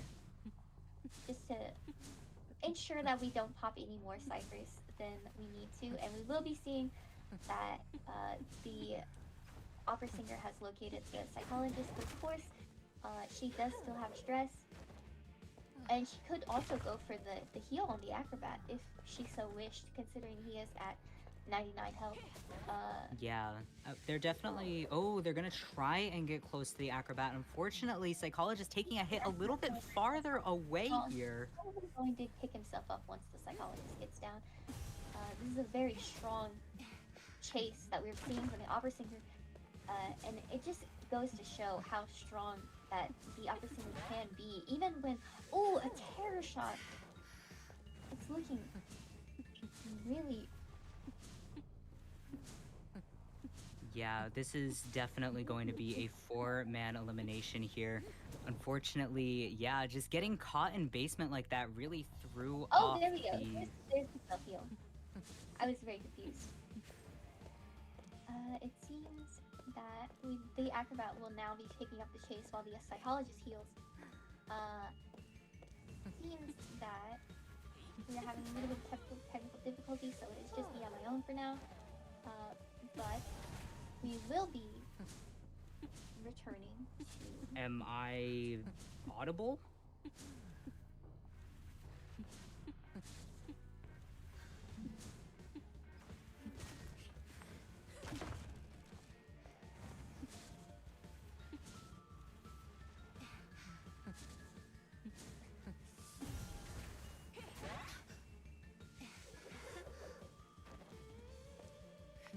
All right, yeah, looks like, yeah, that is going to be a solid four-man elimination here. Putting pressure around the dungeon. But yeah, at this point, it really is just, tracking down the slug survivors, getting them in chairs before they're able to crawl to dungeon. And yeah, I don't know if it picked up or not, but It probably did. I think it was a me issue. It's all right. oh, okay. Yeah, I don't know if I don't know how much of what I was saying was being picked up here, but yeah. I don't even know This if is my exactly the momentum that AT needs, Mhm. um, to kind of just make a statement here in the second round. We will be seeing that the dungeon is unfortunately right next to the opera singer, so the acrobat has no hope of ever crawling there with how much health he has right now. But what a lovely match this was. It really just goes to show that even if you have the distance, the communication, that things really can just take a turn for. Uh, Sorry, I was just looking at the stay put I'm coming ping and thought it was quite funny.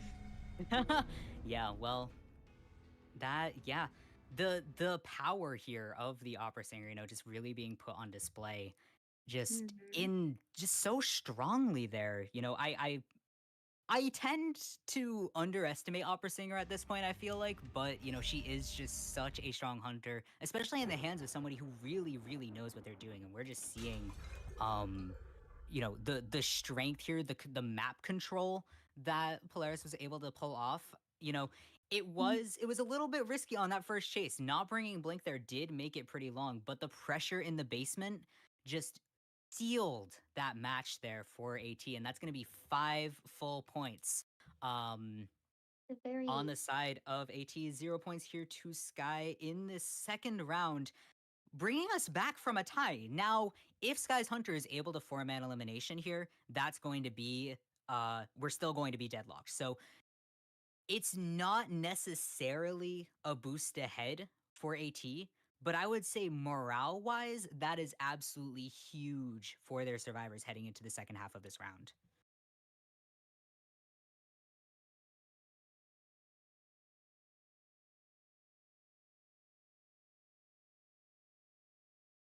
it's really a testament to just uh how strong Opera Singer is, because not only did she come back from, being halfway across the map from the lawyer, but she was essentially right there when he got off of the roller coaster, and Mm-hmm.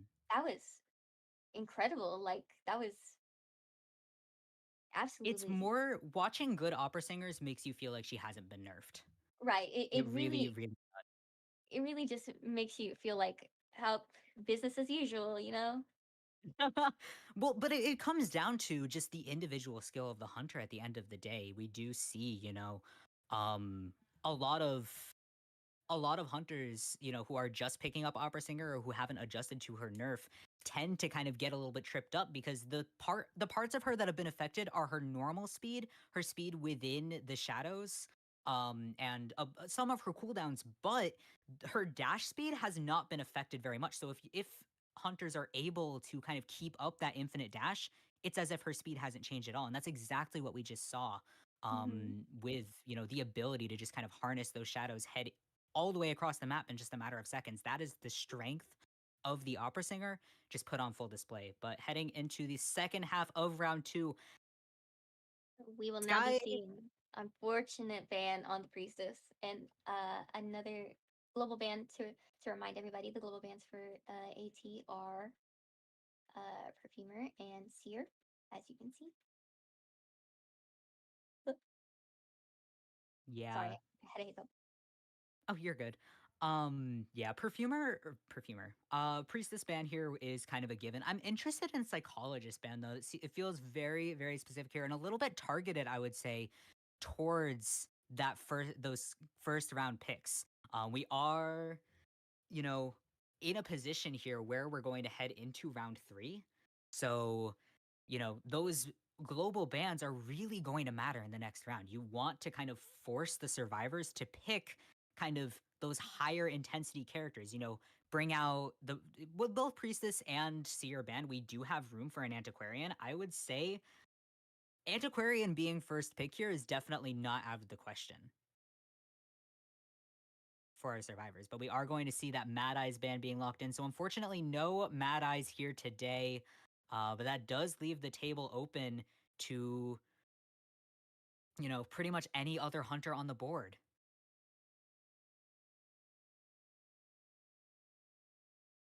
I know a lot of people are going to be really upset that we're seeing our Mad Eyes ban, but you know when you know that your opponent is excels at Mad Eyes, it's unfortunate, but we're going to have to part with him for now. But that also, like as you said, that leaves the floor open for even more hunters that we may not even have on record. That Yeah, I would say here, yeah, we are going to see Music Man heading in as the hunter coming into this oh round for right, it's Sky. Mythic Man. So yeah, definitely a pretty deep hunter pool with that. We could definitely see a Dream Witch coming out here. We could also see a Sculptor coming out here. Both of these hunters are, pretty good on Moonlit River Park. Dream Witch, the one thing with a Dream Witch is a little bit similar to an opera singer. You do have just a very, very big map to contend with. Mm. So hunters that don't have, like Dream Witch only has a fairly small circle of influence. She can only really be active within, half of the map at a time. So it comes down to how well the survivors are really able to kind of get around that. We could also see a gamekeeper here. We could see Opera Singer once again. That is still on the table here with that Mad Eyes ban. We could see, pretty much um any selection here for the hunters, which, does make it kind of bring that level of difficulty into AT's kind of survivor strategy. Now, they do only need one escape here. That's definitely something that we could see come into play, or that we will pretty much, definitely see coming into play. They only need a one-man escape. So they could play this very, very risky escape with one man and still win the round. So the stakes here for activator survivors are, definitely still high, but a little bit, you know, a little bit less pressure here. But for our first two picks, we're actually going to see Barmaid and Gravekeeper. Gravekeeper doing his little dancey dance. This is a very interesting pick. I personally am a fan of the barmaid, so I'm very excited to see uh, just how this particular barmaid plays. We're also going to be seeing an antiquarian ban as well. Again, very understandable, very unfortunate for our Chichi fans in the chat. Hmm. I would say with this comp, I would say we're probably going to be gearing up for a gamekeeper. I would also submit to the table with this barmaid and this gravekeeper. They could be gearing up to try. I would say like it takes Hermit off the table Mhm. pretty securely there. If they're specifically counter comping a Hermit, it would be that's a little bit interesting. But Barmaid and Gravekeeper both work out very, very well here as gamekeeper counters. I would say that's definitely the hunter that we're trying to avoid. And for our final pick, a pick that is going to make a lot of people in the chat very, very happy, I would say, is going to be the Painter. Now Enter Valden. we don't see Painter often, but we've been seeing Painter more and more in this tournament season. He did just get reworked, so that's a pretty big boost here for Painter. We can get the painting a little bit faster as well. I mean, I think the stun is a little bit less if we get the painting faster. I believe that's the trade-off there for the Painter rework. But yeah, Painter did just get reworked. We did see Painter pick quite a few times in Koa qualifiers. By Asian teams. We saw Painter picks in China, we saw Painter picks in Japan. So yeah, not an unprecedented pick here, but I'm happy to see some kind of flavorful picks here in NAU. We also have our uh third, I believe, toy merchant ban, which is Yeah. of course very unfortunate, but very understandable. Do not worry, Annie. Your time will come, I'm sure. Unless global ban kicks in which case, yikes. But uh we will be seeing our hunter pick soon. And honestly, with this team, it could be anybody. It could honestly just be anybody at this point.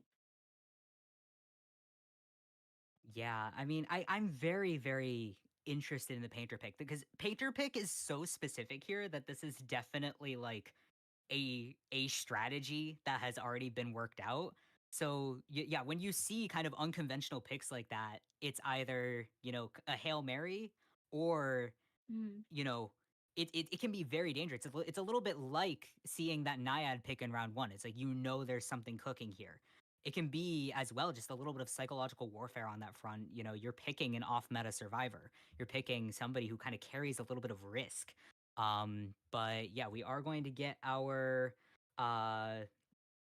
Persona webs locked in here. We've got Gravekeeper carrying Tide Turner. Rest of the survivors do have broken windows, and all survivors are carrying borrowed time. And we are going to see that sculptor coming out here for Music Man. So not once again, we're not seeing a hunter that we see constantly, but this is. I feel like we're returning. We're returning to sort of a shadow of the glory days of the sculptor. I'm very excited to see how this plays out.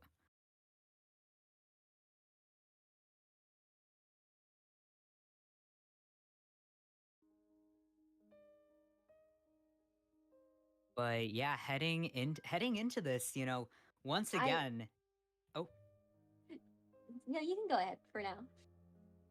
um, yeah, activators here once again only needs one escape. So if they're able to Cypher Rush this, I would say Cypher Rush is going to be the biggest factor here for this team. If they're able to get it, if they're able to get it to Cypher Pop, automatically that increases the chances of just a one-man escape. That's all they need. So they can, they can play this as risky as they want, but if they're able to get to that end game here, they really, really do stand a chance. But in that same vein, you have that much pressure on Music Man here for Sky to 4-man elimination. Right. So, yeah. What I was going to say earlier is that I almost made a mortifying mistake of reading something out from the chat out loud, and that would have been the end of my career as we know it. Well, I'm glad you didn't say it then. Yeah.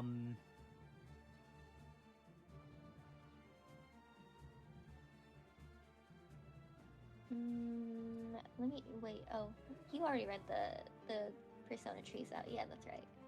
Yep. Just a refresher though, we have Gravekeeper running Tide Turner as well as Borrowed Time.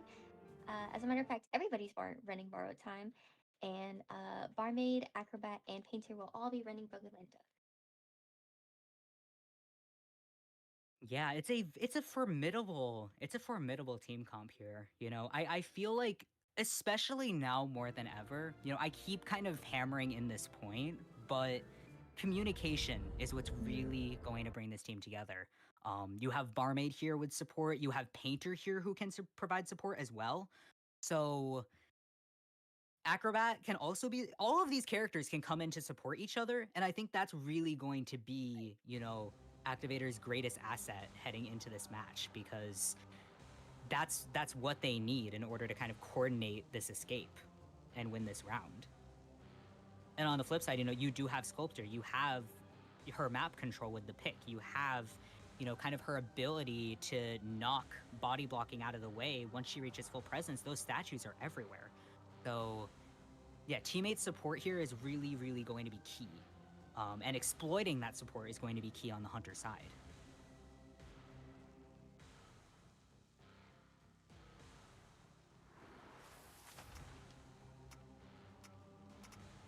We will be seeing once again the instant picks for the map selection. We will be seeing Painter sitting at first stop. Oh, he's going to last stop. We will be seeing the Gravekeeper on the bridge, and Acrobat taking the first stop area, and Barmaid at the 2-story, with Music Man spawning a little bit directly in the middle. It could be. Honestly, he could go for any survivor here on that side of the map. He could go for the Gravekeeper. He could go for the Painter. He could go for the Barmaid. It's really just up to him in which direction he wants to go with it. Yeah, I would say here, going for Gravekeeper is a risk, but if we're able to force a shovel out of Gravekeeper early, we can just switch targets. It does look like we're carrying up down here. We've got Confined Space running on the Sculptor, so we're not going to see any trait switch. It's a little bit of a risk there. I would say, yeah, it looks like we're not bringing Blink. But, that does just mean that we're very, very confident in statues here. And the ability to get a statue down. But Gravekeeper taking this first chase for now. We're going to force out that shovel early on. And it looks like, yeah, we are just going to go ahead and commit to the Gravekeeper here. Looking for that statue to knock him out of the shovel. Yeah, and it looks like we're going to have to settle for a basic hit there. Very good job at looping those 2 pallets, however. Especially when you're in your shovel, you want to try and use the little trail as much as you can to hide where you actually are to avoid a hit. These are some beautiful statues. Ooh! Nicely done there from Gravekeeper. And yeah, this is really the danger of chasing the Rescuer first. You are chasing somebody who has kiting capability. even if, Gravekeeper is the only one on this team who is not carrying Broken Windows, is carrying Tide Turner, we are going to get a hit in there, but we still have one shovel remaining to use. Gravekeeper can save this here for a rebound kite, or we can use it now, but dodging the statues here once again, and another pallet stun! Music Man just running right into that. We're also seeing 2 ciphers popping as well as the dungeon being revealed. And it looks like now that the final shovel has been used, we're going to be changing targets to the painter. Yeah, Painter taking this chase here. We're at 3 ciphers remaining. So yeah, once again, chasing the Gravekeeper does mean that you allow the rest of the team to get a lot of progress, but a beautiful chip hit there on the Painter.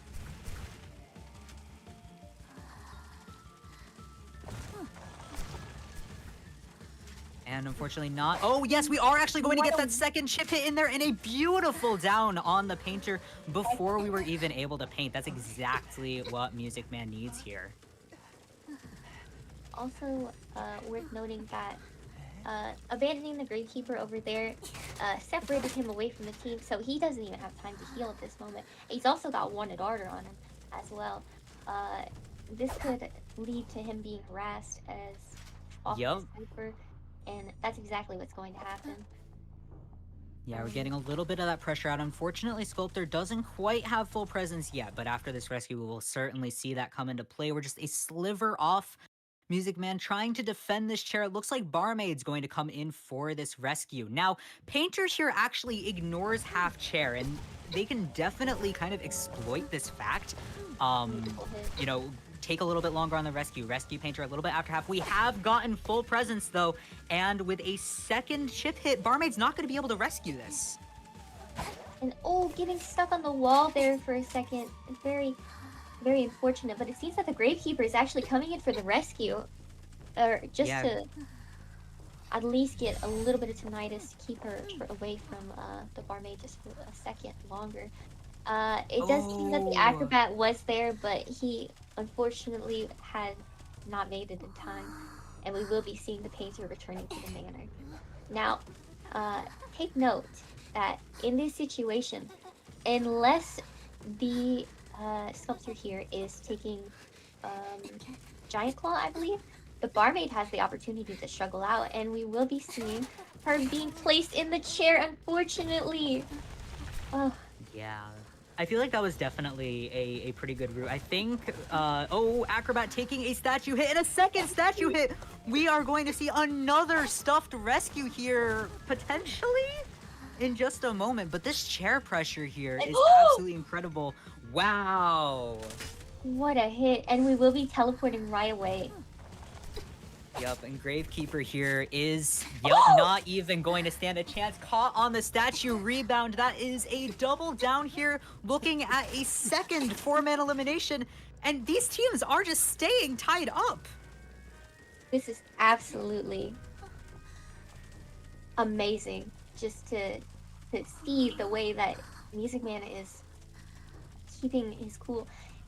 Even if all they need is a 1-man elimination or a 1-man out to win, it just goes to show how strong these hunters actually are.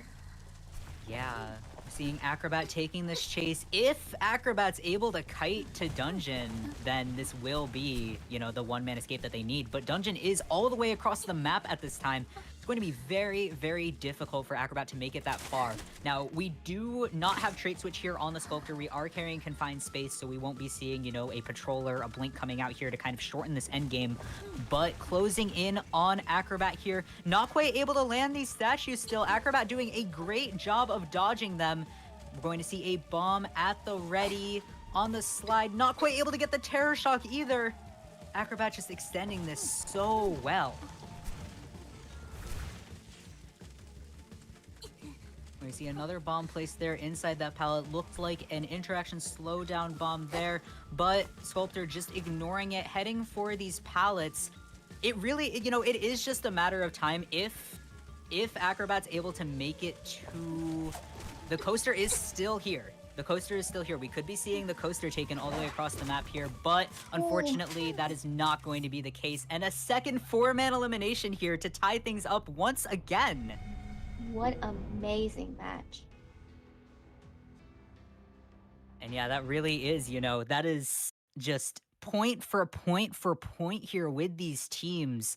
Just incredible, incredible to watch. And, you know, that is the thing. You can get a 4-man elimination as much as you want, but with kind of with these equally matched hunters, the survivor side needs to, kind of overperform in that aspect. It really just comes down to who makes the first mistake.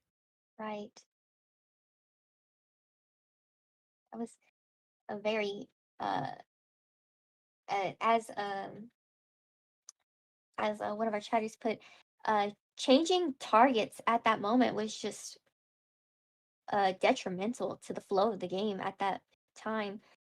Because I mean, even if it was just one chip hit on the gravekeeper, that's um that's just a testament to how the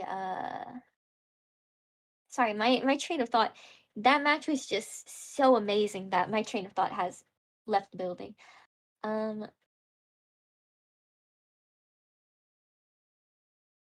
it's really a testament that Music Man could keep his cool in a situation like that where you only need one man to escape for um I believe AT to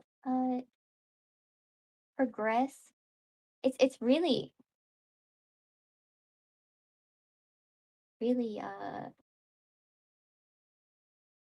Yeah, we could be looking honestly at this rate, we could be looking it, at a round 4. yeah, and I mean this means that they're tied once again. It's still anyone's game. It really is. And I mean, as I was saying before, like it comes down to who slips up first. When you Hmm. have kind of these teams that have such great hunters, you know, it comes down to which hunter makes the first mistake or which survivors, show out um first. But yeah, I mean, heading into round 3 here, it really is we're evenly matched. Yep.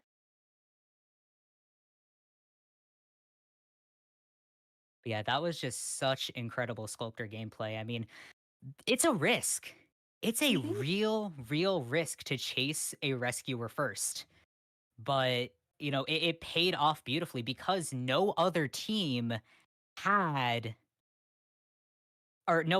other survivor had Tide Turner. So, even if you get the rescue off, which as soon as you feed the sculptor presence, you end up, not able to get that rescue off. But yeah, just not having any other survivors with Tide Turner there really did make that Gravekeeper first chase count. And the perfectly timed chip on the barmaid to get the third presence or second presence rather was uh was also very detrimental to stopping that rescue because at that moment I don't think that she had taken into account that um the sculptor was that close to getting final presence.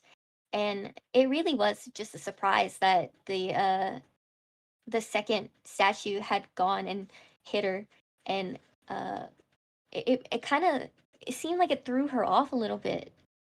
It was Yeah. really really convenient timing, as I like to say it. Yeah, I mean, once you hit that full presence on the sculptor, it really is just like, oh, suddenly overwhelming force that just comes right Right. at you. It's And a yeah, it completely just different knocked the game survivors entirely. off kilter. Yeah. Hmm. Yeah, just so, it's rare to see a sculptor kind of able to take that much, have that much presence here, especially, current day, you don't really see sculptor anymore.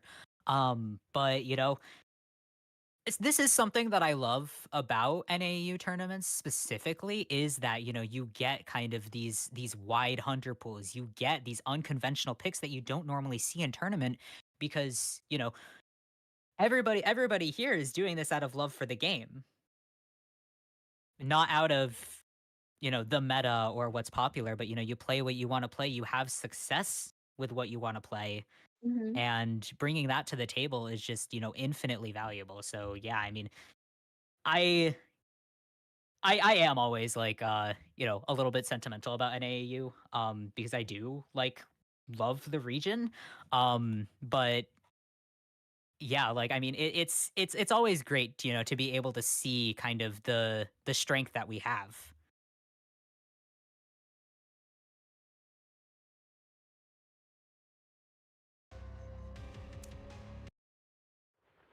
But yeah, I mean, pretty much anything is on the table for this third round.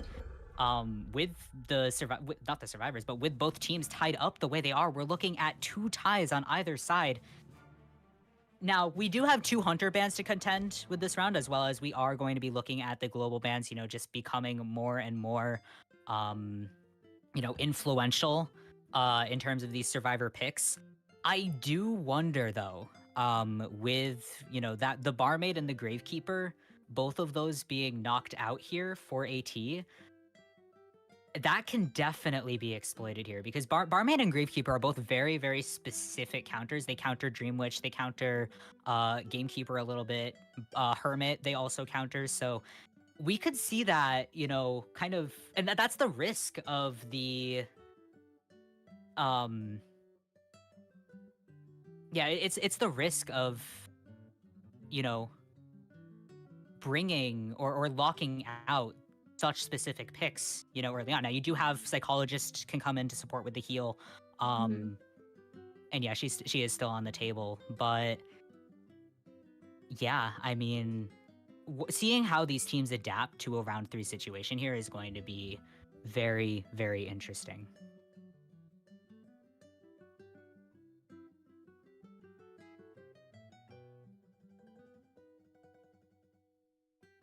Means that we're gonna be having a little bit of a lax in the game. Just hang tight and they'll be here. But um yeah, that I mean that was quite amazing. And the fact um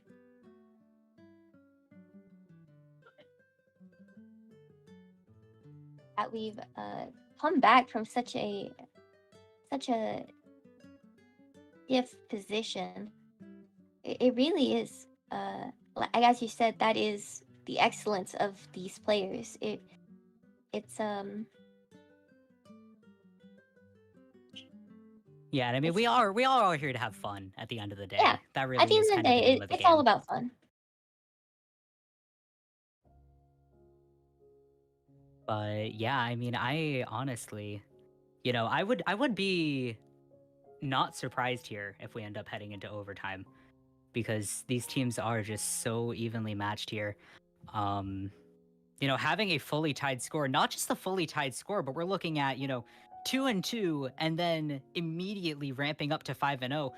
Most of the time you see this switched.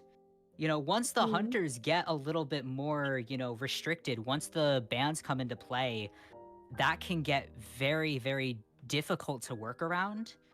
But, we're really just showing kind of the strength of the hunters on both of these teams being able to kind of adapt and overcome. You ban one survivor or you exactly. ban one hunter, cool. I'll bring out my entire rest of my hunter pool. What are you gonna do now? It's like how many hunters can you counter comp at once?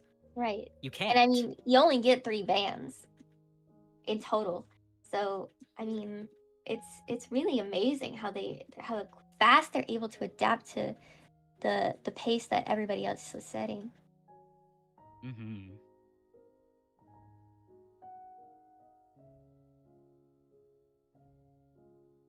But yeah, heading in here, you know who we haven't seen that I was expecting a little bit more of? Hmm. Mercenary. You're right. He hasn't even appeared. He hasn't even been mentioned at all this stream. Yeah, it's surprising, but it's also, it's kind of testament to that nerf. And especially when Yeah. you are kind of working with, Yeah, I think every hunter that's been picked so far, I guess maybe a little bit less on Naiad. You can kind of run Merc pretty reliably against the Naiad, even though she is a double hit hunter.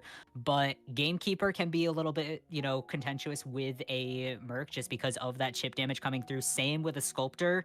Mm-hmm. Can be a little bit risky for a mercenary to come out. And Opera Singer as well, Mercenary can definitely rescue against Opera Singer. That's, name of the game. But, if Mm-hmm. we look back at the Opera Singer round, we did see that First Officer was actually banned over the Mercenary. That's something that we've been seeing more and more because First Officer is actually a stronger rescuer against Opera Singer than Mercenary, both with, Mercenary's latest nerf, kind of reducing the delayed damage by quite a bit. But, there's not much that mercenary can do against an opera singer. Elbow pads can only do so much when the hunter that you're going against is exclusively a dash hunter.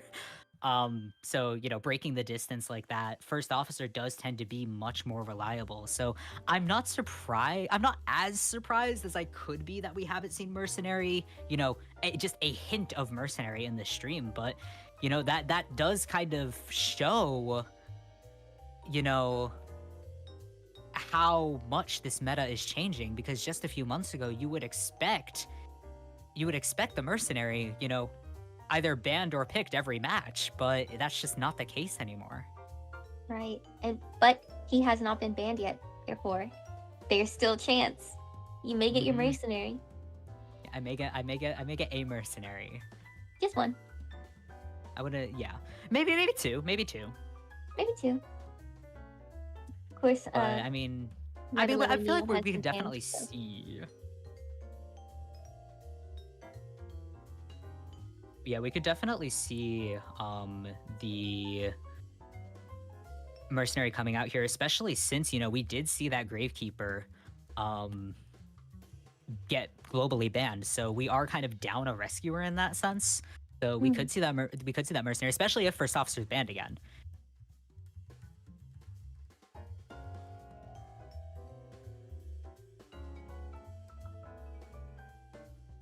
But I mean, I would say I probably know what your answer is going to be, but who are you most hoping to see here?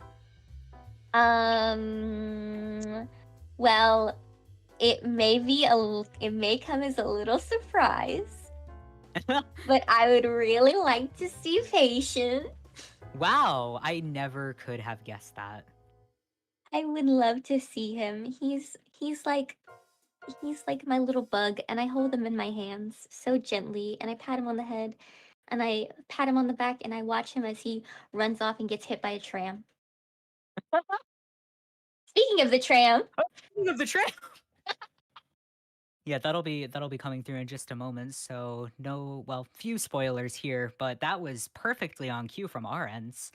Um, call me Eli Clark the way I see the future.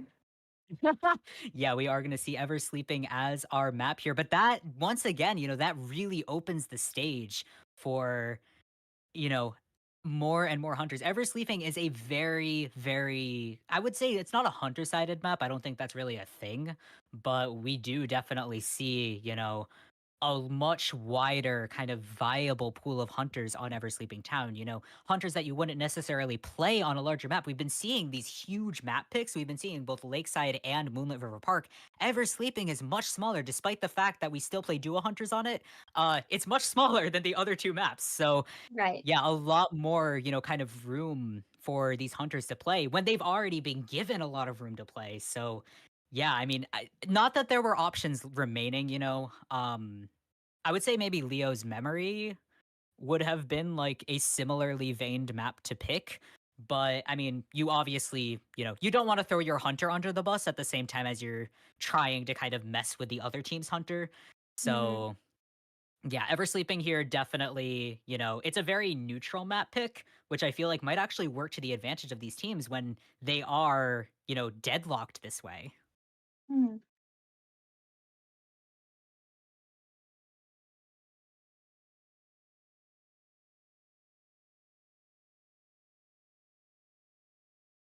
It seems that we will be having our global bans appear in just a second, but of course, since it is AT that's going to be surviving and Sky hunting, I believe.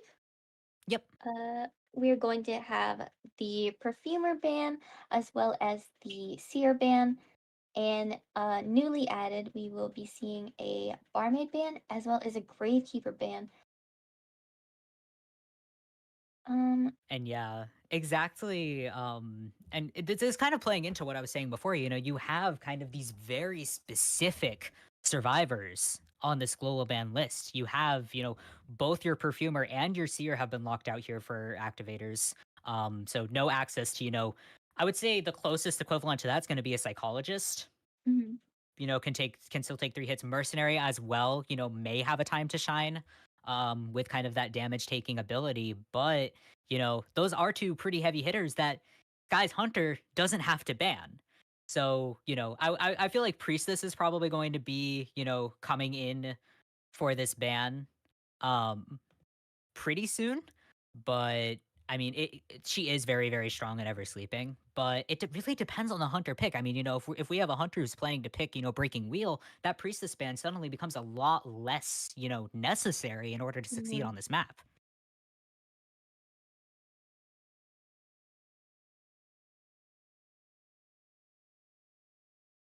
mhm. Do we know who's going to be hunting this time around? I would assume, unless otherwise stated, that it is going to be Music Man again, which Mhm. I would say here, It is. survivors could probably get away with banning. I would say, in terms of safety, they're going to have to ban Mad Eyes and Sculptor Mhm. and take a Dream Witch possibly, but, you know, only having 2 Hunter bans here is very, very difficult to kind of make a decision on. But first 2 picks are locked in. We're going to see Psychologist and Priestess. So yeah, we are. Did we get bans? I don't believe so,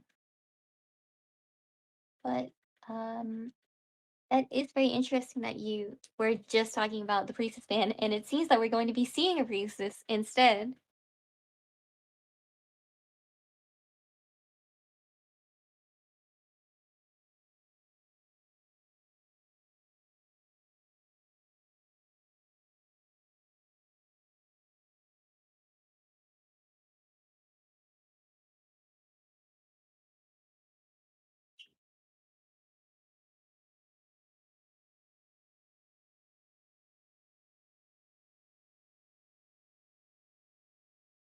Oh, Oh. Oh, okay. oh, I see. Okay, I see there's a now. Okay, little bit of yeah. A little bit a of a miscommunication on our end here, but yeah, okay, those are going to be our first 2 bans locked in. So mhm. yeah, sorry about that. Yeah, that's more in line with what I was expecting here, Yeah, especially with that psychologist being kind of the seer. Um, yeah, that's a little bit more what I was expecting.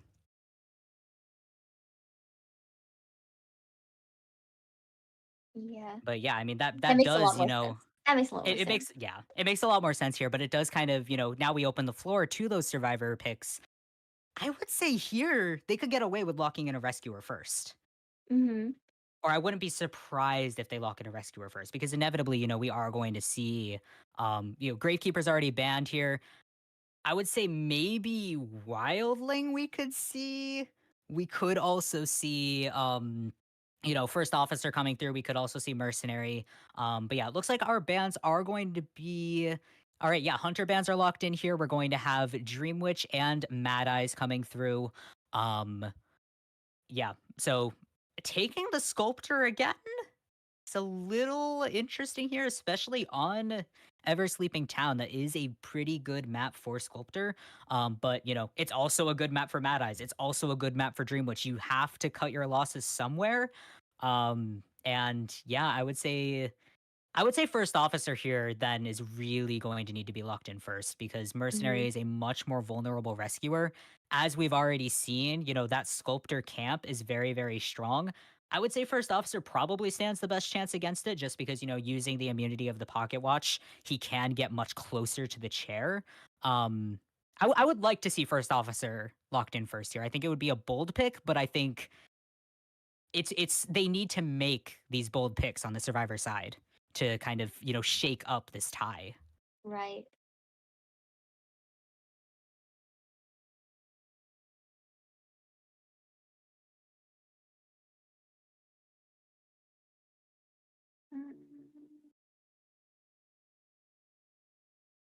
But yeah, I mean, the floor is pretty much open here for AT survivors. There's definitely um, quite a few or quite a wide range of survivors that we could see here.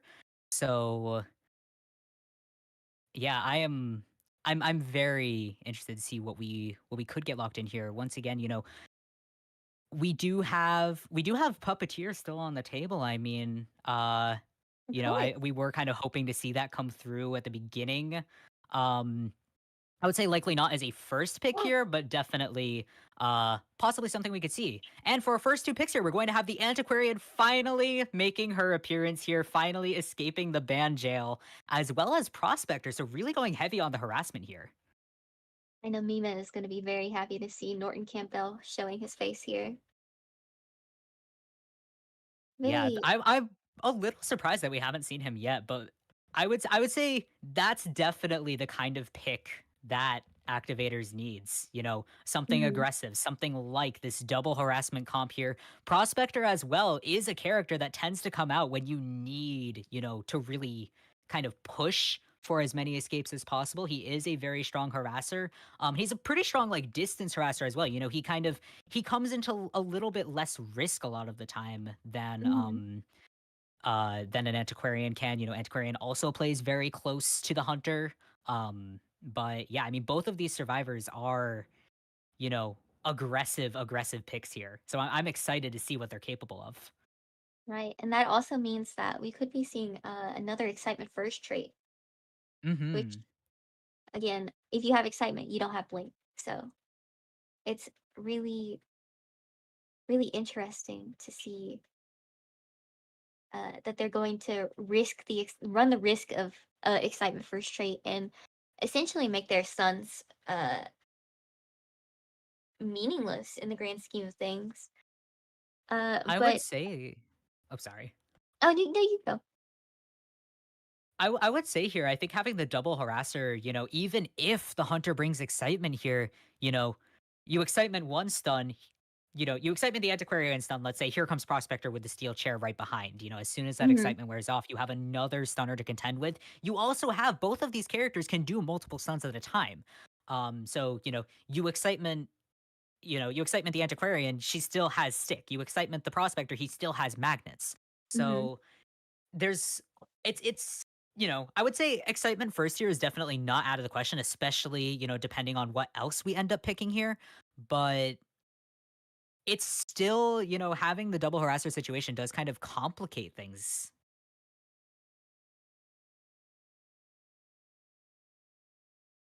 Seems that our next survivor band has been loaded in. It is the first officer, just as you had predicted, Bones. First officer would not be with us today. Yep.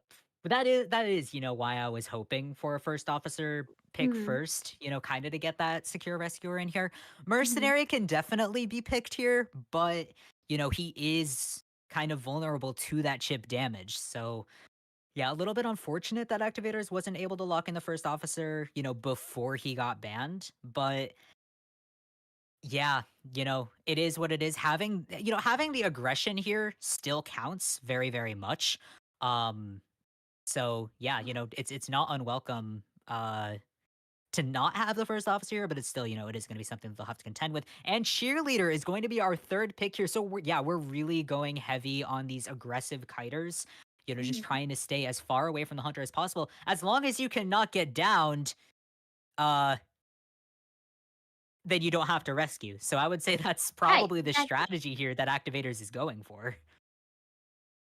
You can't hear me. You can't hit me if I'm like 50 yards away. So unless they pull out a hunter that can do that, in which case, I guess I'm Boo Boo the Fool. But this is definitely a very strong kiting composition team. I'm really curious to see if they're going what the last pick is going to be. It could be another kiter. It could be a Dakota, so that they can at least have somebody focusing on the ciphers while they're a lot of them are harassing. If they do choose to go for a very harass heavy strategy, or it could be a rescuer to you know round up all of them. in the end. Yeah, I would say for the last ban here, I wouldn't be surprised if Mercenary gets locked in as that or possibly Wildling, just to kind of continue to avoid those rescuers coming out here. Um, but it is it's risky no matter what. You inevitably someone gets let out, but yeah, it looks like we are going to get that acrobat out here. So not worrying about the possibility of a rescuer other than first officer here, Mhm. which is a dangerous sign for the survivors, not being afraid here of the mercenary, that says something. That brings confidence from the hunter. You're As really soon as you confident that get we're gonna get a mercenary. I see. I don't know if we're going to get a mercenary because the fact that mercenary hasn't been banned means that the hunter's not afraid of a mercenary, or at least is less afraid of a That's true. mercenary than of a first That's officer true. than of yeah. An So acrobat. it's everything about ban picks is psychological warfare. It's very fun. It really is. Oh, I just peeked into the chat. Oops. Well, I haven't, so we're going to continue the stream unspoiled. I'm Yeah, very sorry. so it's always interesting, to see kind of how teams, strategize around this. And I mean, the time that it's taking to lock these ban picks in is testament to the amount of thinking that's happening behind the scenes. So yeah, and with that, we are going to see that mercenary is going to make an appearance here. I Calling me guess we'll like just art. see how that goes. It really is, I would say playing into expectations a little bit, Mhm. but mercenary is still mercenary. Mercenary still takes a significant amount of time to get down, still has those elbow pads. Um, I would say here, there's a little bit less help. You don't have barmaid, you don't have psychologist to help with the healing. Um, but you do have cheerleader who can run support. You have the support of the antiquarian as well as the prospector. These Mhm. survivors are very, very difficult to chase. And that's definitely AT strategies coming into this. They don't they want to make the chase as difficult as possible to avoid, getting clobbered on Right. the rescue. And it is worth noting that even mercenary, even their rescuer is hard to chase. Uh it's very it's showing that they really just don't want to be caught. Like they're relying very heavily on whoever gets first chase and whoever rebound Mhm. kites. We also have our persona trees here. We have processor running borrow time as well as broken windows, antiquarian running borrow time as well as flywheel. Cheerleader will also be running borrow time and broken windows, and of course, mercenary is going to be running borrow time and tide turner. They're not in nowhere yet. They don't know the strengths of broken windows mercenary like I do. Interesting. But yeah, I mean, it's very typical here to bring Tide Turner here on that mercenary. I'm a little. I mean, I'm not surprised here. I mean, I would say the best candidate here to bring Tide Turner as a secondary would be cheerleader. But I'm not surprised that we're not going with double Tide Turner. Flywheel on the antiquarian as well is very, very strong for harassment. As I was Hmm. saying before, we have kind of that close range harassment going on. I'm a little bit surprised that no flywheel on the prospector. I would say they're probably going to try and run him as a little bit more of a chase, as Hmm. a kiter. But yeah, I mean, it's very it's a very strong comp here, but if the hunter can exploit the vulnerabilities within it, and yeah, we are going to see a wax artist lock here. Wax artist very, very strong on Ever Sleeping Town. And also I was thinking about wax artist earlier. I didn't say anything. I should have said something. But with that double stun, you can bring excitement, but kind of to counter the repeated stun capability of these characters, wax artist does have a passive stun resistance. He does, Hmm. kind of emit wax every time he gets stunned. So that can be huge to really, kind of hinder the kites of these survivors. I mean, cheerleader especially is definitely going to be at a risk because the only thing she can do is run fast. If she runs fast in an open area, wax Hmm. immediately. it seems that my previous statement of you can't catch me if I'm 50 yards away has been countered with you can't kite if you're stunned. So,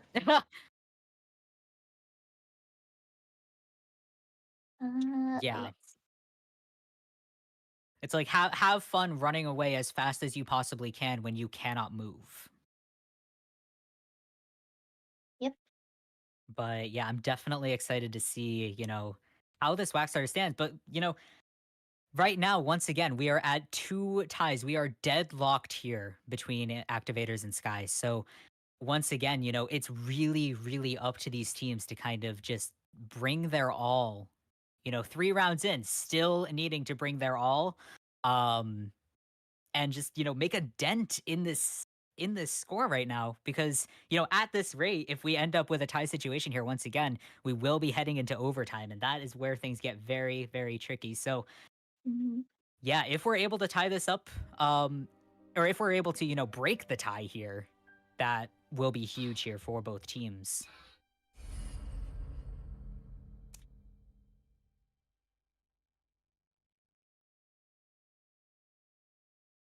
Mm.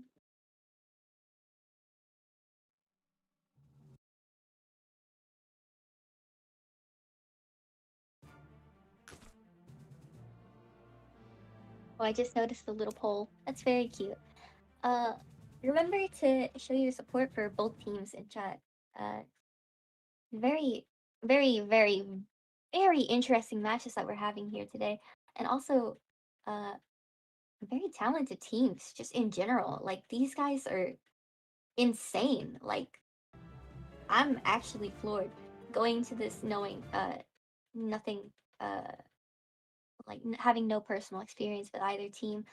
Uh, I'm amazed at what they've pulled off, and I'm genuinely shocked at most of like how well put together they are, as well as them being able to keep such calm demeanors. It seems like nothing is shaking them at all. It seems like they're keeping such cool heads in the face of like being in really really tough situations, and it's really a testament to just how professional these teams are.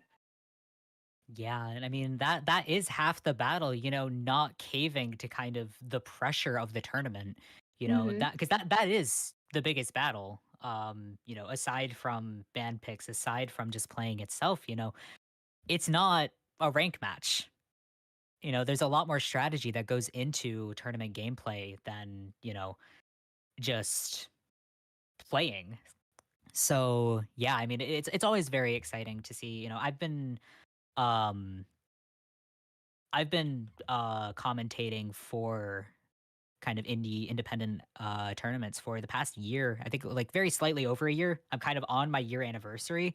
So, I mean, the amount of growth cuz Sky and Activators were actually some of the first teams that I watched.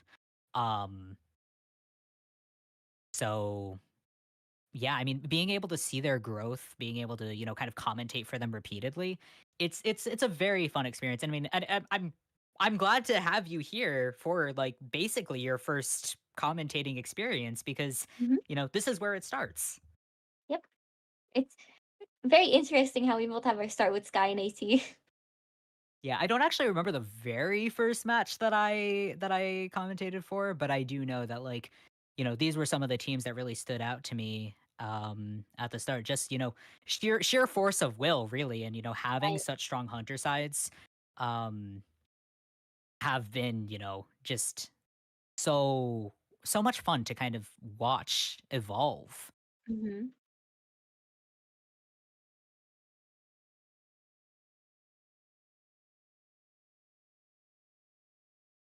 Oh, that's right. But yeah, we should be heading into things shortly here. Once again, we are completely deadlocked here for the score. So yeah, I mean, really anything can happen when we're coming into this match.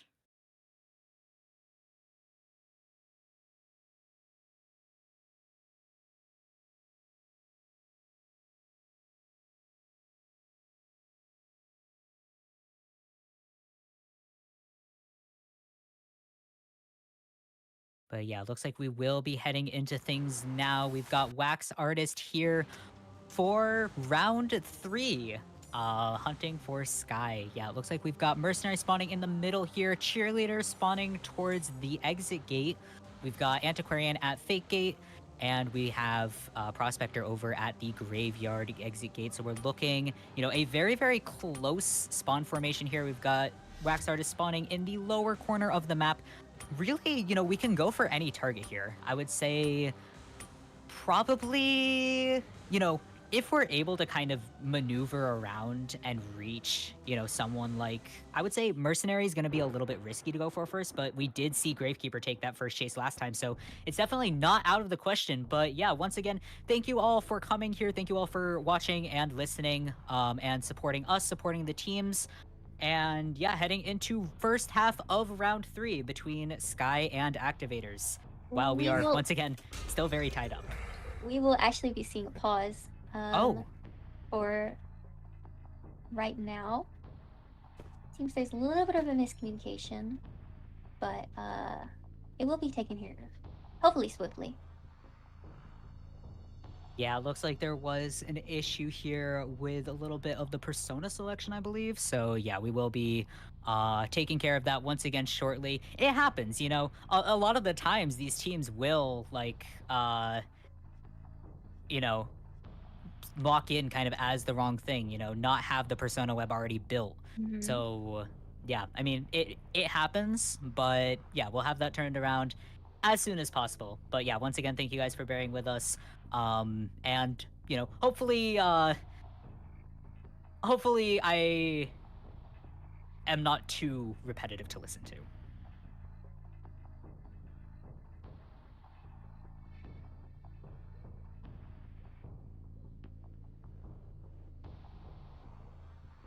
But yeah, we should see the surrender and reset come through shortly. But in the meantime, I mean, yeah, I would say for this comp, I mean, it really is just a matter of how good this first chase is, regardless of the survivor. Um, Antiquarian, I would say, you know, the issue here with Antiquarian is that she does need to be very, very close range, which means that there's really is kind of no avoiding the Wax Artist passive skill Mm-hmm. to uh resist the stun. So I would say Music Man can definitely kind of use an Antiquarian chase to his advantage. And kind of work around that wax formation. But I mean, I still really would not be surprised to see Mercenary take this first chase. We have, kind of going off the last match, we've seen that happening before. Kind of targeting the rescuer first. But yeah, surrender going through there. This will not, of course, be a 4-man escape for AT. We will be resetting shortly and getting back into things as soon as possible. So yeah, again, thank you guys for bearing with us as we make sure that and it's a matter of making sure that everything's running as well as it can be. Mm-hmm. So pauses can be frustrating to sit through, but I mean, I would rather sit through a pause than something goes wrong. Right. I would rather have a little bit of extra time with us, just talking nonsense than having somebody not able to perform to their best ability. Which um it's really interesting going back on what you said about the antiquarian. Similarly, bleh, similarly, Prospector has the same uh, issue if he pulls toward. You really just can't avoid getting the wax on you if you do go for a stun. However, repelling he does stand a chance, but it's really interesting when you think about it like that. I thought that was really interesting. Yeah, it's everything is very kind of push and pull, it's a little bit like I would say like characters like Aeroplanist, Patient, Mercenary against something like a Geisha, Hmm. technically, either counters or who butterflies first, who elbow pads first. If they can keep distance away from Wax Artist, that's going to be huge. And you do have Cheerleader, you do have Mercenary. Both of those survivors can, kind of utilize the sort of corners that Ever Sleeping Town has in order to avoid the wax. Now, that requires not getting stuck in the middle of one of the open areas because there's corners on Ever Sleeping Town, but there's also straight lines. Those straight line areas are, kind of invitations for the wax, which is why Wax Artist is so strong on this map. But, if they're able, to kind of, outrun the Wax Artist here, and a lot of that is going to come down to rotation. So Hmm. if they're able to kind of get out of the way of the Wax Artist as soon as possible, they did spawn very, very close to the Wax Artist. So that, it is going to be a little bit difficult to move out of the way. But heading back into things. Sorry, that caught me off guard. I wasn't able to see. But yeah, we're heading right back into it. We're going to see Antiquarian taking the first chase here in the first half of round 3.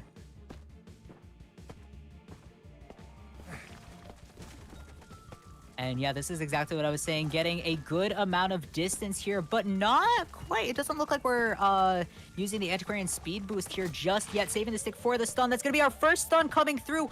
But with the disarm here, Antiquarian is going to be able to continue this chase. And a beautiful vault just to keep, once again, we're keeping the walls in the way. And a beautiful hit through that pallet is going to kind of knock a damper in that momentum. But what a strong start to this match. Also, I don't know if you can see it, but our prediction of the Excitement first trait has been proven wrong. We are seeing a Teleport first trait as well as... I'm sorry, is that Detention only? Yeah, it looks like we're going with detention only, which is honestly not too bad here. I would say that those points are definitely allocated in other areas, such as Giant Claw. Stun resistance as well could definitely be coming in. We're going to switch over to Cheerleader here, which, once again, it really is it's a test of whether or not Cheerleader can outrun the Wax Artist. Heading into this covered area here, we're going to see a little bit of Wax here. Once again, Cheerleader is going to activate the dash. But are we going to be able to use these pallets to hide? It looks like Cheerleader is going to get waxed off here and hit. Yes, pallet was able to get broken in time. And Cheerleader is going to continue this chase into the corner house. Take note, she no longer has any dashes for now. But she does have her broken windows. Or rather, yeah, broken windows is the one that when you fall the window. Knee jerk is the pallet.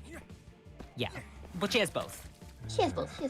And she does have one remaining motivate right now. Looking pretty good distance right now. Yeah, really, really keeping up this chase, conserving that movement here because, survivors do move fast. And yeah, just having this, just a great loop setup here in the corner house, just staying away from this wax. 3 ciphers remaining here. A little bit of trying to get that trick with the camera, but Cheerleader is not even in the corner house anymore. He's completely transitioned away, just out of the way of Wax Artist. Staying out of the line of visibility here is so important. And we're seeing already, just this huge amount of distance that Cheerleader has been able to pull. We're going to see, it looks like Prospector laying in wait here, trying to get the stun on the corner. It does look like Wax Artist was able to pick up that stun, but Prospector not quite close enough just yet to really make that magnet count. We're going to see Cheerleader with quite a bit of wax on, getting stuck in this area, but we are going to have the cheer coming in play. Oh, and a pause coming through here once again.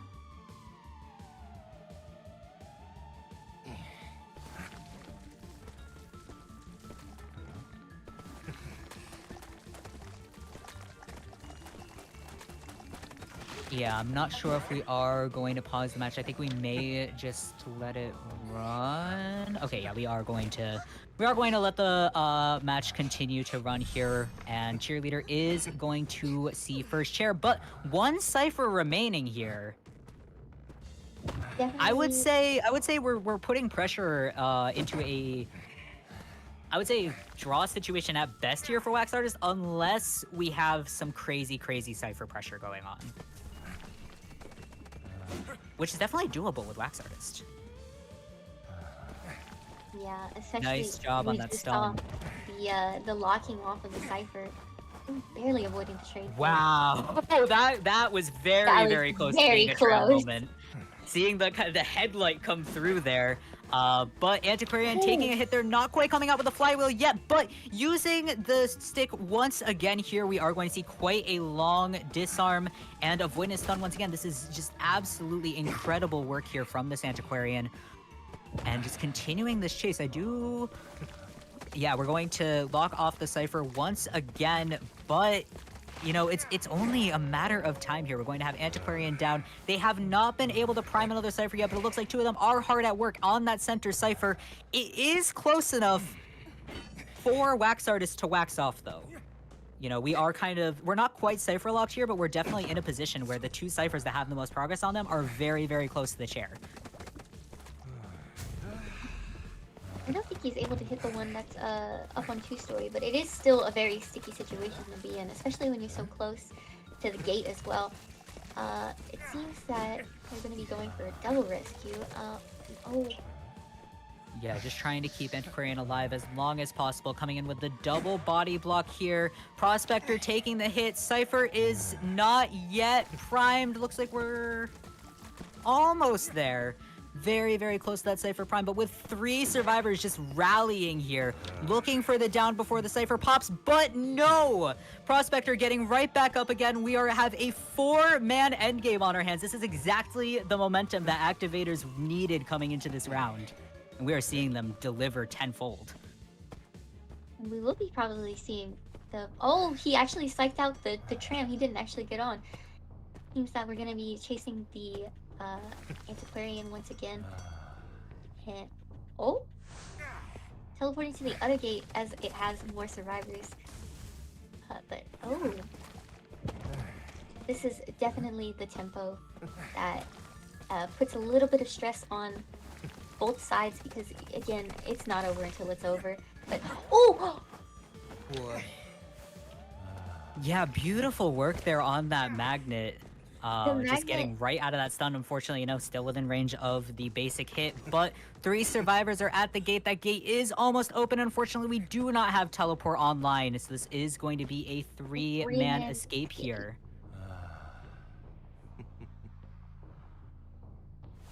What a match. I just want to point out the wax, the Norton rather, getting waxed, and the magnet coming in to save him at just the right moment to knock him out of the wax. That was quite amazing. Yeah, just absolutely incredible work there. From the survivor side, that was absolutely, you know, what they needed to kind of setting the tone here for this third round. My bad. Once again, you know, we're deadlocked. Still,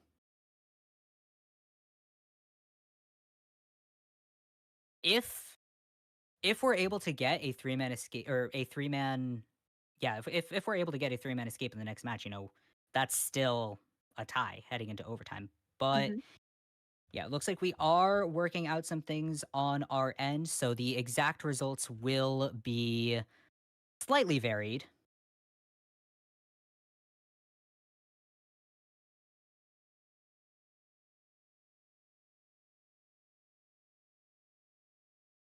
But in the meantime, I mean, yeah, that was just absolutely incredible teamwork there. Especially, It you really know, was.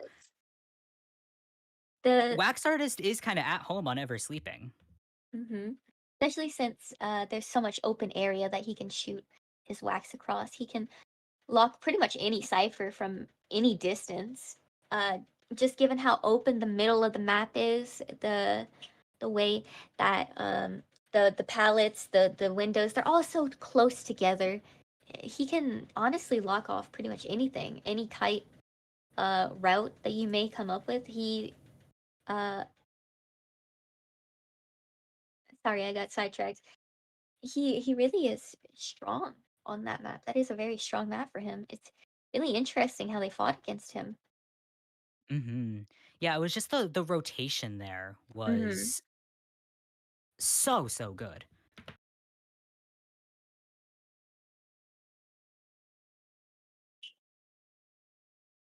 forcing Antiquarian to take that first chase, or just going for Antiquarian in the first place, kind of, the control that Antiquarian had over that kite. Mm-hmm.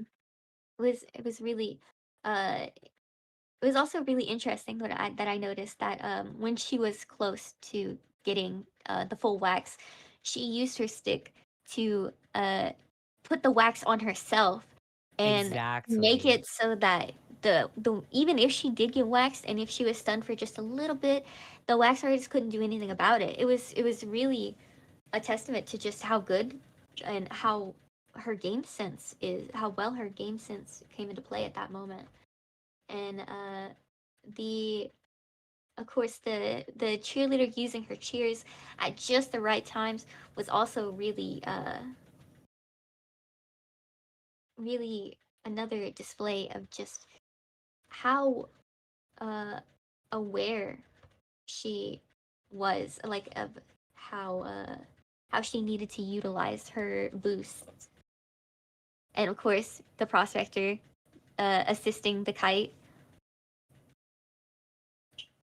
and the rescues. Yeah. Actually, he was assisting the rescues, he was there for both. Yeah, no, he was absolutely. That's exactly what I was saying, before the match happened, where Prospector does tend to be, kind of that support character. Mm-hmm. You can pull through with that teammate support. All of those survivors, really just came together where it counted. And, communication is exactly what I've been, emphasizing this whole time.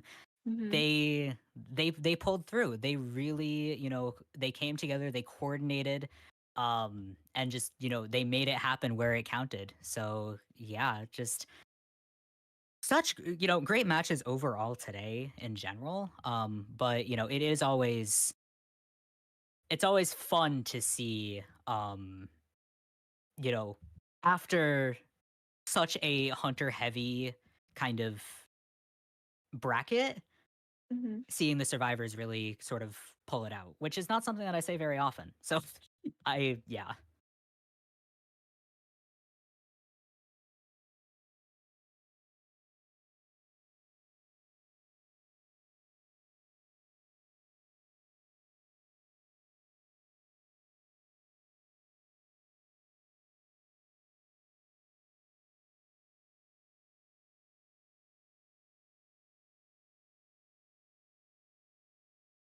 All right, yeah, but in the meantime here, yeah, it does look like, um yeah, we're working out some behind the scenes stuff at the moment.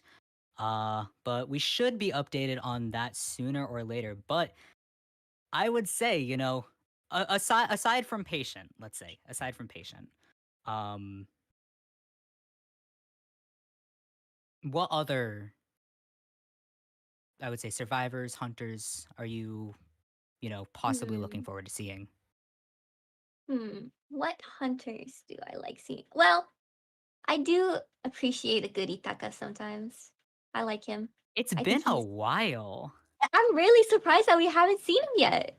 I genuinely am surprised that we haven't seen him yet. He's kind of Especially, fallen down, like he really very, has. very fallen down. Admittedly, admittedly, he has tapered off. The initial hype for him has worn down. Even in Koa, I don't think I saw him very often. But He's yeah. been picked semi, he's picked occasionally on, maps like Chinatown, maps like Ever Sleeping. He does tend to get picked on. We have seen there was actually a Night Watch match semi recently in Koa where it was a 4-man Oh, elimination, kind of against all odds on Lakeside of all places. But wow. it really does come down to, you know, at this point, Night Watch is much less of a hunter that you can kind of get immediately. And it Mm-hmm. really was, the nerf where they took his dash down, that was where he kind of just plummeted off of the meta because, you see Night Watches now. Formerly, the dash capability of the Night Watch was huge. You could traverse a map in instants. Mhm. if you had a fully charged dash. But we're seeing now, end game Chinatown, Hunter Chairs in basically the middle of the map has 2 dashes remaining. Formerly, that would have taken you almost all the way to the gate. But in this, post nerf kind of state, we're seeing Nightwatch is not even be able to make it halfway to the gate before it's open, and 2, 3 survivors escape. So Nightwatch can be a dedicated tie hunter. Really, what makes a meta hunter right now is their capability to tie. Mhm. Um, so having, opera singer, pretty reliable as long as the hunter, knows what's going on with the opera singer. Um, she's, despite her nerfs, she's still stayed at the top of the meta. But we have seen, especially in tournament, because survivors are getting so used to going against the opera singer, this is something that doesn't really translate into um independent tournaments, because a lot of these survivors and a lot of these hunters as well primarily play rank. They're not playing in tournament settings, which means that opera singer's banned, Mhm. um well, that's, we don't have the shadow yet, but that's banned. But dealing with the innate bans, of rank is much different from a tournament setting, because we're seeing opera singer not get banned, we're seeing opera singer not get picked. It's it's very, very up in the air, and especially now that opera singer has been nerfed, it's much harder for her to get picked up, by a Mhm. new hunter. She does, she's very, very difficult to play. Mhm. So yeah, it is, it's interesting to see kind of who comes in and out of the meta. We've seen Gamekeeper kind of see this huge boost in the meta recently, Mhm. because there's a niche to fill that's needed. They need, a hunter that can traverse the map very quickly, especially during endgame. Gamekeeper has infinite hook. That's kind of, it's budget opera singer Mhm. in that sense. But in the same vein, you see hunters that, are used to playing opera singer. They pick up Gamekeeper in order to have kind of that capability, but they play Gamekeeper like they play opera singer, and it just doesn't pan out the way that it theoretically should. And that's something that's been happening in Call of the Abyss lately. um but you know like just a few months ago, Nightwatch was meta. Just a few months ago, we were seeing, Clown get 4-man eliminations. Now Clown is getting, like, 4-man escaped Right. from the exact same hunters. But the addition of Aeroplanus, the addition of Cheerleader, presumably the addition of Puppeteer, although he is kind of a professor like character. um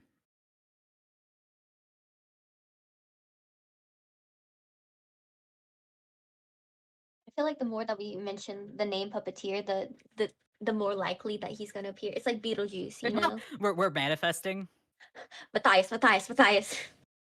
I would like to see a Puppeteer at least at some point in the tournament. I really want to It doesn't see, have to be today, of course, but like I it really doesn't do have want to to be see the today. way that they they that these teams utilize him. Just because I haven't particularly seen much of his gameplay other than Mian play him, and she is absolutely wonderful at him. Shout out to Mian. But um, it's really interesting uh, to that he has not been pulled out yet. Yeah, I feel like it's partially because, he is kind of very he's a little bit risky to pull out, especially, in a tournament where you automatically have spawn selection. Who you're going to Mhm. who you're going to go against, who you're going to chase. You don't have to chase Puppeteer first. And that's Puppeteer excels at a first chase because, you spend all of this time not being able to hit him. And now this can also, be taken advantage of by teams with spawn selections, with survivor rotation. If they're able to rotate Puppeteer, in the way of that first chase, immediately, you end up with kind of a boost in that area, because the hunter has no choice but to chase Puppeteer. Puppeteer is the only survivor that they can see. Mhm. Then, you know, Puppeteer has to be the first chase. And you waste so much time, waiting out the puppet, trying to cancel the puppet, eating the hit. You do get presents. I think that's the one thing that I like about Puppeteer over something like a Professor. You get more time in the shield, but it does grant presents.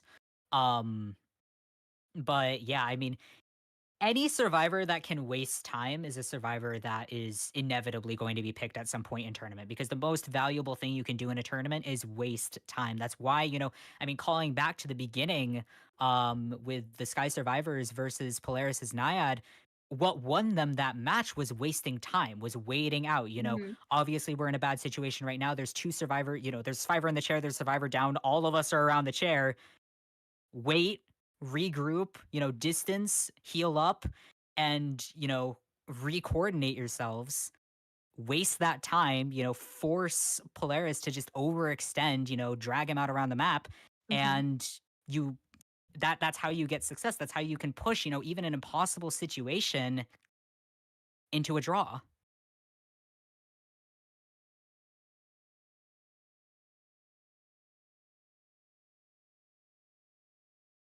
But yeah, I mean, I hope that we see Puppeteer at some point for that reason, because I think that, like, with the right communication, then Puppeteer can be very, very successful. Mhm. But, I would say there is a risk. There's definitely, a risk with taking the Puppeteer. There's the risk that comes But with if he is, brought up to his maximum potential of Lewis and he has half damage and a chip, you can't heal him. He can't be healed. He's like right. that for the rest Yeah. of the game. And until somebody else needs to be healed, and even then it takes forever to do so. Yeah, So his healing debuffs are pretty, drastic. But mhm. I mean, does Barmaid count Barmaid can or, help. or, or heal him? Barmaid and psychologist, right? Yep, it's barmaid and psychologist. And I this is just from what I've seen, but people have been healing each other to almost like 99, going rescue him and then making him heal them as they get off the chair so that he can take the extra hit and they're healed now. So Hmm. it's really interesting to see the strategy that builds around a character like that and how they adapt to it.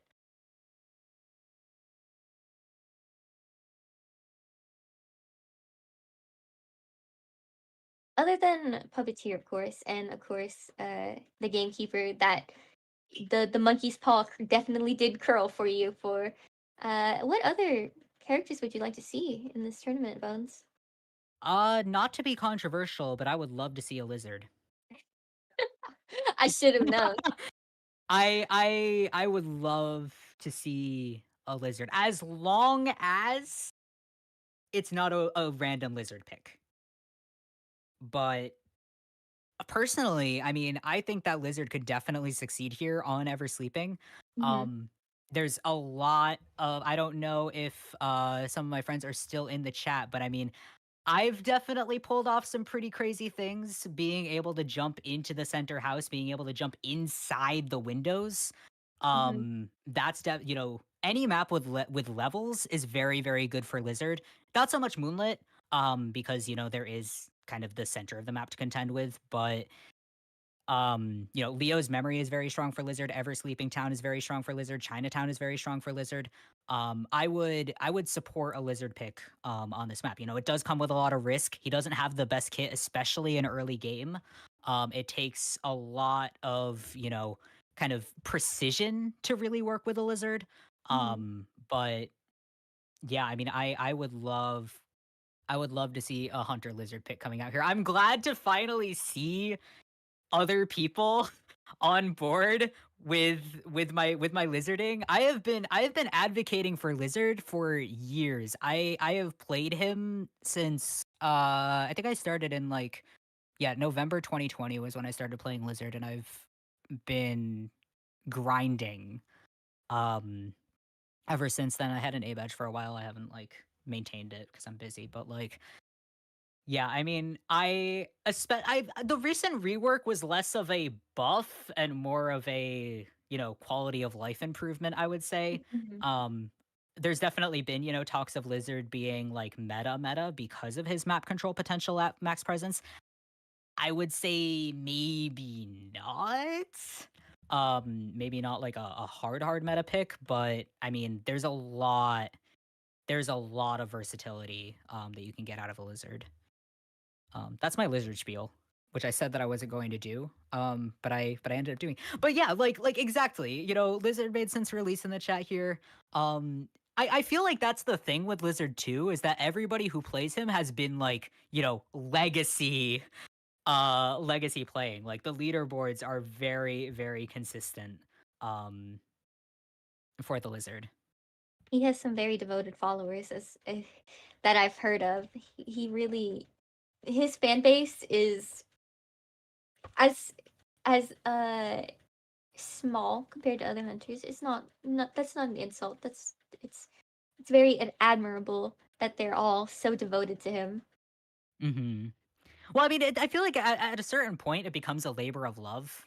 Mhm. Because like, until this year, he was a terrible hunter. Like I played Lizard for like, 3 years buffless pretty much. Apart from like the area of effect buff, which again, quality of life improvement. I Mhm. can't believe that there was, a day and age that I was an A badge for Lizard and the crash would only hit one person at a time. But like it's once you dedicate yourself to a hunter that hard, um it is a bingo card. It is a bingo Mhm. card. I'm sorry. I think I mentioned this at like the start of the stream that like, it's tracked when I count when I talk about Lizard. Mhm. Yeah. So there we go for everybody who's paying attention to that one.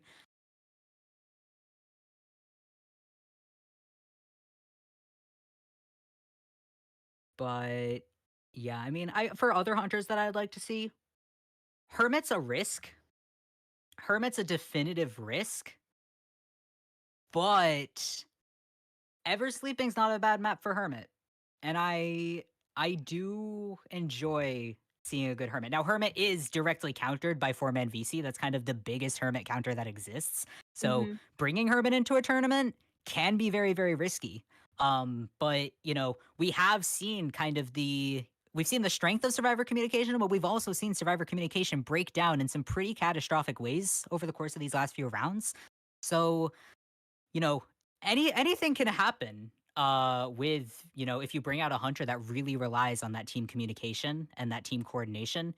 Obviously you can, have what happened last match happen where, you end up getting 3-manned, 4-manned even, but kind of taking shots at that ability to communicate would be very, Mhm. very interesting. Oh, Axe Boy pick. That would also be very, very sweet.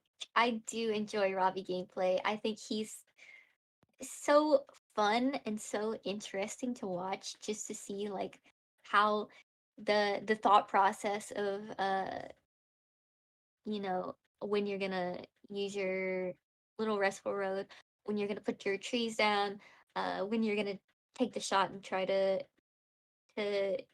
use your flare thingy.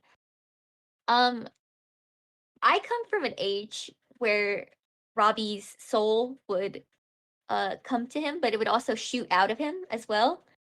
So Really? yeah, I've been playing for that long. Oh It was wow. it was definitely a time because it was not just dodging that, it was also getting uh far enough from him so that it wouldn't hit you immediately after shot out of him. So that was Wow. definitely an interesting time. I remember there was this one match that I had as him on Lakeside where I absolutely obliterated somebody with the the recoil, I suppose you could call it, and it was quite funny. It was like Did it it like was go back and forth on the like string? it was okay, so you would pull it towards you, And I've been playing since like around Painter release ish. mhm, So yeah, I missed that. I missed that era. you could pull it towards you, and after it would come to you, if it didn't hit the survivor, you could then shoot it out of yourself and aim it with the camera. So Oh, it was like an I extra see why layer. they nerfed that, but that's awesome. Yeah. So it was two things that you had to dodge. It was very, very difficult to go against Yeah. Robbie in that climate. He was very strong back then. But in order to kind of balance it out after getting rid of something so, I mean, admittedly that was crazy. That was absolutely crazy that they would allow that. Yeah. To balance it out, once they removed that, they added the slowdown that you get once he has his presence, and they also added the. I don't think that the spirits used to follow you. I think that's new, but I might be wrong. It was The spirits, like yeah. When you leave the zone I'm and like the blanking on the name spirits for start it, but following like you, yeah. Yeah. I don't think they used to do that. I think it was only that he could use the the souls when he was in the area, which would it is problematic in and of itself because it's kind of like, well, if you have no branches to put your trees down, then you can't do anything. But it also like kept you on your toes, like, oh, I need to go get another branch so that I can not have to deal with this. I could be wrong on that. Yeah. I could be entirely incorrect on that, however. But that's how I remember it. And I also come from a time where first officer used to make the every survivor that's around him turn into himself. That was very interesting. Oh, wow. However, I was Yeah. not I around for the was initial release of him where he would make the hunter's screen go black. Why did they think that What? was right? He used to do that. Oh my god. I mean, to be fair, I guess like that is kind of thief-ish, Mhm. but wow. Yeah, I was not around for that iteration of First Officer. I was around for the pre-rework First Officer, and I actually, funnily enough, I was going through, I don't remember what I was looking for. I was looking for old messages about something, but I was going through like old messages, and I found like record of myself from when um First Officer had first gotten reworked, and I was like, Mhm. "Oh my god, they completely broke him. Like he's gonna be meta. He's gonna be everywhere." And then that didn't happen for like another year. Like no one caught on to First Officer being meta like the moment that he kind of got reworked and had like, the 3 shakes of the watch instead of just 1. Mhm. Um People didn't catch on right away, but I like found a record of myself like saying that he was gonna be meta, and I just thought that was so funny because it was like I was like, "Wow." I had no idea that I had, like, predicted that because I had been a First Officer main at the time too, Mhm. or I had, like, just stopped playing First Officer. I had moved on to Mercenary at that point, but I was like, "Oh my god." Like, they That just was broke him. They just made the best rescuer in the game. he used to be the best rescuer in the game. I mean, making the hunter it was like it wasn't that the hunter's screen would go black for like 3 seconds. It was literally just like half a second the hunter would blink and close their eyes. That's what would happen. It was like a little animation of the hunter closing their eyes and it would black out the screen. And then suddenly every survivor around you was first officer. And then they removed the blinking animation. And so it was just he would shake his watch and then all the survivors around you would be the first officer, and now he can Wow. only do that if he rescues them. So it's really Yeah, I funny mean, how it yeah. progressed. Once again, I would say that's a warranted nerf, but yeah.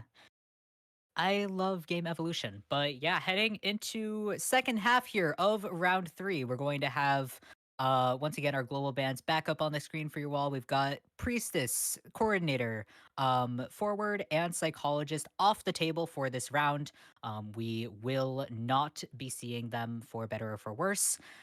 And it looks like our Hunter bands are in as well. That is Opera Singer and Clerk. Yep, that's Clark. I have a small So screen. unfortunate. She'll get her time. She'll get her time. Yeah. We're also going to be playing on Leo's.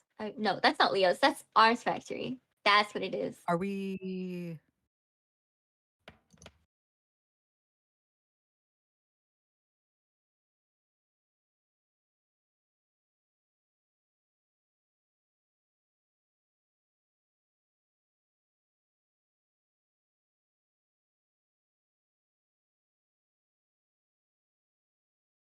All right, yeah, I would say that we're probably still in Ever Sleeping Town.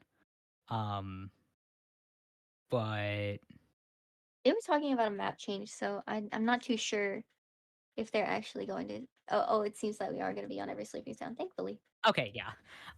Yeah, still Ever Sleeping Town here, still second half of round 3. And yeah, Lawyer is going to be our first pick. We gotta, or is Lawyer gonna be our ban, actually?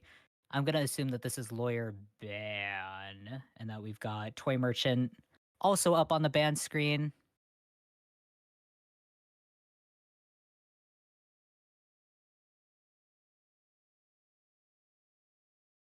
Or, okay, looks like we're actually going to be banning Cowboy here. That feels personal. That does feel very personal. That feels very personal here. Goodbye, Kevin.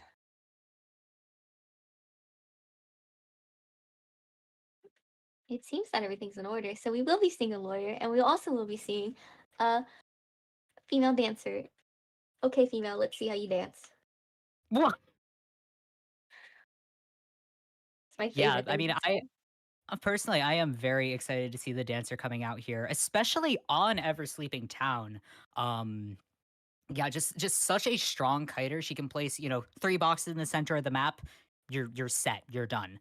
We're Hmm. going to have Aeroplanist locked in as another bad here, not wanting to see him come out and kind of bring in those jetpacks into play. And Batter here as our third pick. Not something that we've seen yet, but definitely a very, very welcome presence. Batter here can be very strong on Ever Sleeping Town. We've seen, a lot of success here from the Batter. Um, just like, the ability to kind of recycle that stun can be so helpful here. I'm very excited to see that Batter. We're gonna have Hmm. Mercenary as our final ban, and like clockwork, we've got First Officer here waving those flags, very, very proud. Um, So all handsome. that talk about the First Officer, I feel like we did in fact summon him this time. Now, can we do that for Matthias? Unfortunately, I would say maybe next time. Maybe next time um on our puppeteer. But with that, we're going to have a Naiad coming back once again here from AT. So yeah, a little bit of a kind of a cap on things, so to speak. We started AT with that Naiad pick. Now once again, we're returning to Naiad here to settle things here at the end. So yeah, very exciting to see, I would say, the Naiad again. I feel like First Officer here specifically, I want to see how that rescues, Hmm. because we did see kind of the power of the Naiad camp. If that can stand against the First Officer, I guess that's my biggest question heading into this match. Especially on Ever Sleeping, when, like I said before, there's so much open area in the middle that you really can just water off such large areas at a time. Yeah, and especially on Ever Sleeping Town, you have it's kind of the same as the Wax Artist here. We've got, all straight lines. You can throw your harpoon basically anywhere on the map and just water off huge areas. Hmm. I just keep watching Jose dancing with the flags. It's quite funny. Yeah, his birthday emote there is very, very It's entertaining. it's it's really hypnotic in theme with his character. It's Wow, really yeah, hypnotic. I was gonna say he's getting you. You're That's how he falling into gets his you. trap. Yeah. That's how he gets you. But yeah, we do want to apologize for the delay. I know that was, a lot of time where I was just yapping. But yeah. We are back on track here. Unfortunately, we did have to issue a penalty here. So win conditions here are a little bit different than they would be otherwise. Right now, as it stands, if Sky is able to 3-man escape here, they will win. It will not be a tie situation into overtime. So yeah, that is all right, yeah. So it looks like wind conditions here going over the paperwork. We've got yeah, right now, 4 escape or a 3 escape for Sky is a win condition. Any lower than that is immediately going to be a loss, and AT will win. So AT needs a draw to win here. Sky does need a 3 escape on the survivor side in order to win. So that is our win conditions here. And yeah, we will be proceeding otherwise as normal. We also have our persona tree picks as well. We have first officer. Everybody is running borrowed time, unfortunately for me. I am You a you I'm a you and 3. You and Mian love those no borrowed time picks. It's just we're knowers, you know? We just know. We have first officer bringing tide, dancer is bringing broken windows, batter will be bringing flywheel, and lawyer will also be bringing broken windows. Seems like a very kite heavy team. It seems like they're going to rely mostly on the first officer to be doing the rescues, which, I mean, you gotta show your love for your rescuers. You gotta. Yeah, you do. But yeah, I would say this is a very, very strong comp. I'm especially excited to see that batter against a Naiad. You know, you have a dash hunter here. Immediately, you know, you also have that Naiad coming in. Um, with, you know, you knock her out of the dash, waste the dash. Hmm. You can knock her out of pulling the harpoon back into place. You know, there's so much that you can really kind of harness that, you know, it's I'm very excited to see, you know, if that batter and yeah, we are going to see BT here on the batter. So yeah, I'm very excited to see kind of what this batter is able to accomplish here in this match.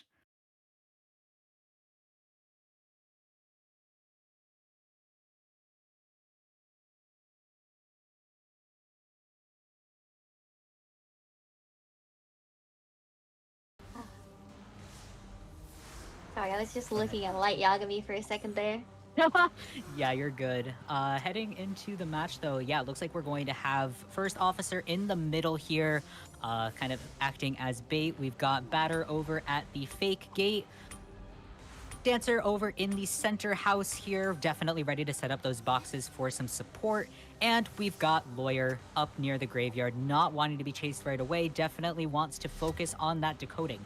With this spawn, we can definitely go for batter here. I would say it's a little bit of a risk. We could also go for dancer. Dancer, I think, is a little bit vulnerable here just because she is primarily a tight kiter. As soon as Naiad waters off the area, there's no more tight kiting. So, yeah. It'll definitely be Um, interesting. yeah, I'm definitely very I'm very excited to see kind of how this closes out. Yeah, no overtime conditions here. Once again, we will be 3-man escape here is going to mean Sky takes the win. Any lower result, 3-man or 4-man escape here is going to be a win for Sky. Any other result here will be a win for AT. So, you know, stakes have not been higher tonight than they are right now, and we are going to get things started. Thank you all for bearing with us as well. We'll be seeing batter as our first chase, with a really interesting kite pattern. He completely ignored those 2 pallets over there, considering that the Naiad's harpoon had just been thrown. So it's probably to avoid, you know, getting caught in the water there. He's really keeping a good amount of distance, actually. Yeah, Despite right now it's the Naiad's such close proximity, and also using his balls at such a very integral times. Yeah, just very, very effective here with the batter so far. Just avoiding the water and nicely Wow. done with that stun. Unfortunately, that is going to leave us without anything to work with other than, of course, Flywheel, which is online here. We have not taken hit just yet. There is the flywheel coming into play. Batter can circle back, or at least attempt to circle back. There is 1 ball remaining on the field. It looks like that is where we're kind of trying to get, but definitely very, very risky to be kiting a Naiad this close. We do have Blink online that will definitely be showing its face sooner or later here. But with the slow box, we're actually going to go ahead and try to water off the area. And nicely done for a clean down there. That, yeah, just absolutely beautiful work there. smooth with the water, smooth with the blink hit. Just no time and no more resources for Batter to react with either. A Cypher was popped though in that time, so we're looking fairly good on that Cypher progress here. But yeah, just nicely done. We obviously be seeing the first officer coming in for the rescue, but it seems like he was spotted a little bit before, and he does have a good amount of water on him, so this is going to prove to be a little bit of a difficult situation for him. It's just barely avoiding taking the hit there, but unfortunately Batter is going to go down once Tide Turner is through. Naiad looking for the double down here. Oh, and just missing out for the first officer there. That is going to be a double down situation here. Just the overwhelming pressure of I'm honestly a little bit surprised that she wasn't banned coming into this round because, you know, we've seen the pressure here before, and when you need a 3-man escape, getting a tie, you know, you get a tie, but right now, I mean, just absolutely incredible pressure here from this Naiad.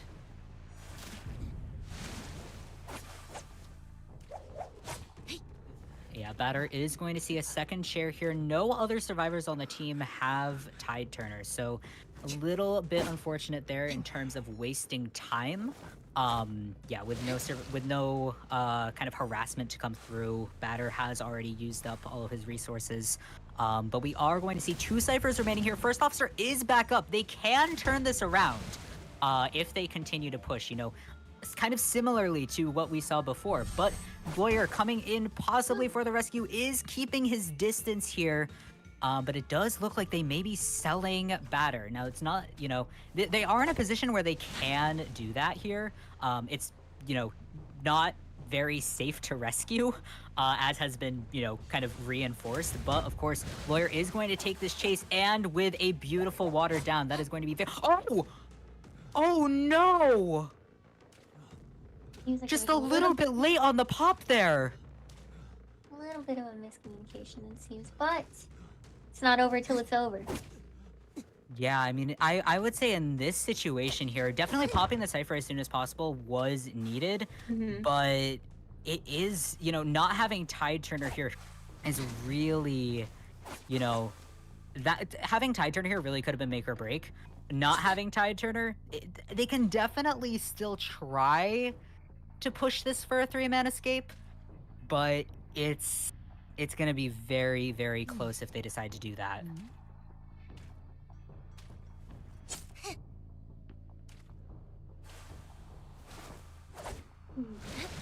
Yeah, they're not going to be able to wait out detention here. It looks like Dancer making herself known is going to try... I would say we're going to try and draw Naiad's attention away, but that, yeah, blink down is going to go through. First officer was able to go for a backdoor rescue here, but Dancer is now in the chair, and Basement is in the area. I don't think, yeah. Oh, actually, we are going to push for Basement here. Yeah, it is the aggressive move that Polaris needs. If Dancer struggles free, that would be huge here, but unfortunately, that's not going to be the case. They can, yeah, we've got 10, no, we've got 30, yeah, 20-ish seconds left on detention by the time I finish saying that. So they can go for this rescue, but without Tide Turner, Naiad, and Basement, it's very, very, very risky. As well as the fact that the gate on that side has not been open. We're really seeing a switch to peepers just to spot out that first officer and hopefully gather a little bit more time. They're on the rescue. And yeah, unfortunately, that is going to be first officer down. First officer has also already used self-heal, so he will not be able to pick himself up from inside that basement. We've got female Dancer coming very, very close here with that water. Able to get out of the way of that fall hit, but it's just a hit away. And barely missing the tram there by a frame. Oh. Going to be a double down here. Unfortunately. The Lawyer is also showing his face for a moment there.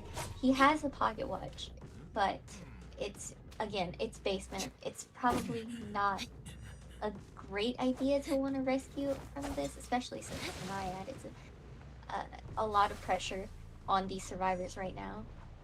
Yeah, they don't really have a choice but to try and go for the rescue right now because it is do or die. It's absolutely do or Mhm. die here.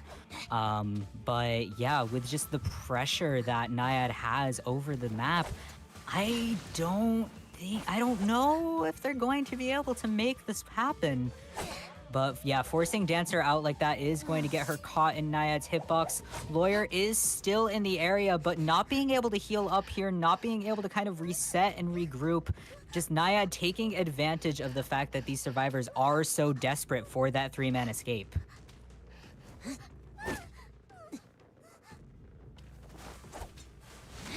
But yeah, I mean, Lawyer, yeah. Lawyer coming in for this once again. Yeah, I mean, there's no choice here. Heading in with the pocket watch here, trying to use the element of surprise, but unfortunately, that is just not going to work out. That is going to be a 4-man elimination here, and activators will be taking the victory. Just Yippee. incredible there. Just the pressure that Wonderful. Wonderful. Polaris is able to place with that Naiad.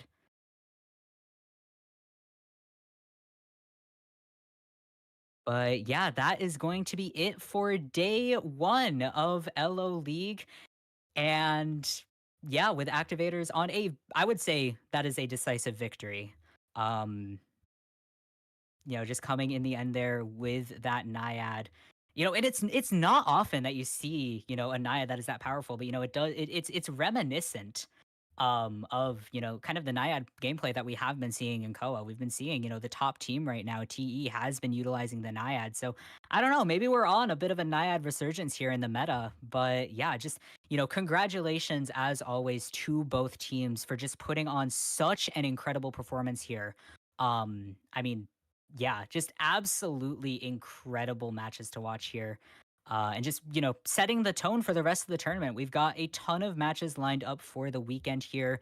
And let me just double check here. Yeah, tomorrow at 2:30 p.m. EST, 12:30 p.m. PST.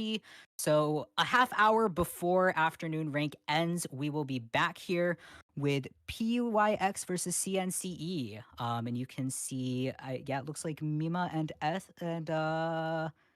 Man, yeah, Mima and Mian are going to be commentating for that. So super excited to see them coming out here. They were in the chat earlier, but yeah, be sure to give them all of the love that you guys gave us today. Um, and yeah, just thank you all so much for coming, and thank you all so much for supporting as much as as much as possible to both teams.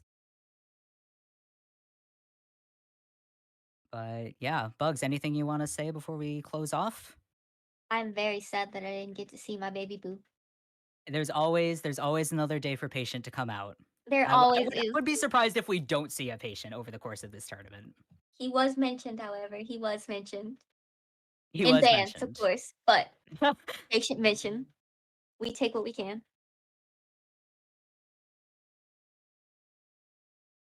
I just All wanted to right. extend my congratulations to both teams. Uh, you guys played expertly. Like that was incredible to watch, and it really was. Uh, it really was a very like how do I put this?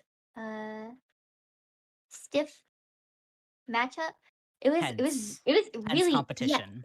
It was very tense. It's like every round it was just something new that was just placed onto their plates, and it's really I really got to commend them for keeping their heads completely clear. It was amazing. But yeah, I mean, yeah, congratulations to both teams. Also, a huge thank you to all of the staff who are working so hard to keep this running, keep this together.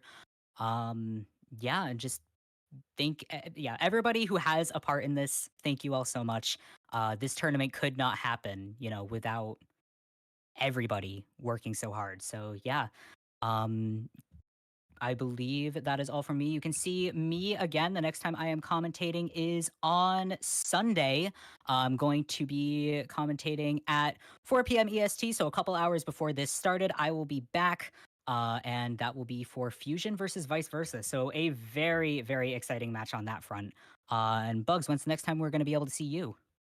You will be able to see me on Saturday. I'm going to be commentating with Trickster, and that will be at uh 2 p.m. PST and 5 p.m. EST. And also, if you'd like to see more of me, Smiles, you can follow my Twitch, Bugsby Bite. Bones, would you like to plug yours? Oh yeah, I am 206 Bones with two underscores dot twitch.tv, or twitch.tv/206 Bones with two underscores. And yeah, you can find me there. You can also find me on YouTube. I think I've commented a couple times in the chat, but yeah, I'll just. Is there an appropriate smiley face? Yeah, there we go. Yeah, you can find me on YouTube there. I upload my last streams. I also upload you know, I'm working on uploading some videos. I'll probably have some stuff for Call of the Abyss. But yeah, huge congratulations here to Activators as well as to Sky for putting up a great fight. Such entertaining matches here today. And yeah, thank you all so much for coming and showing your support.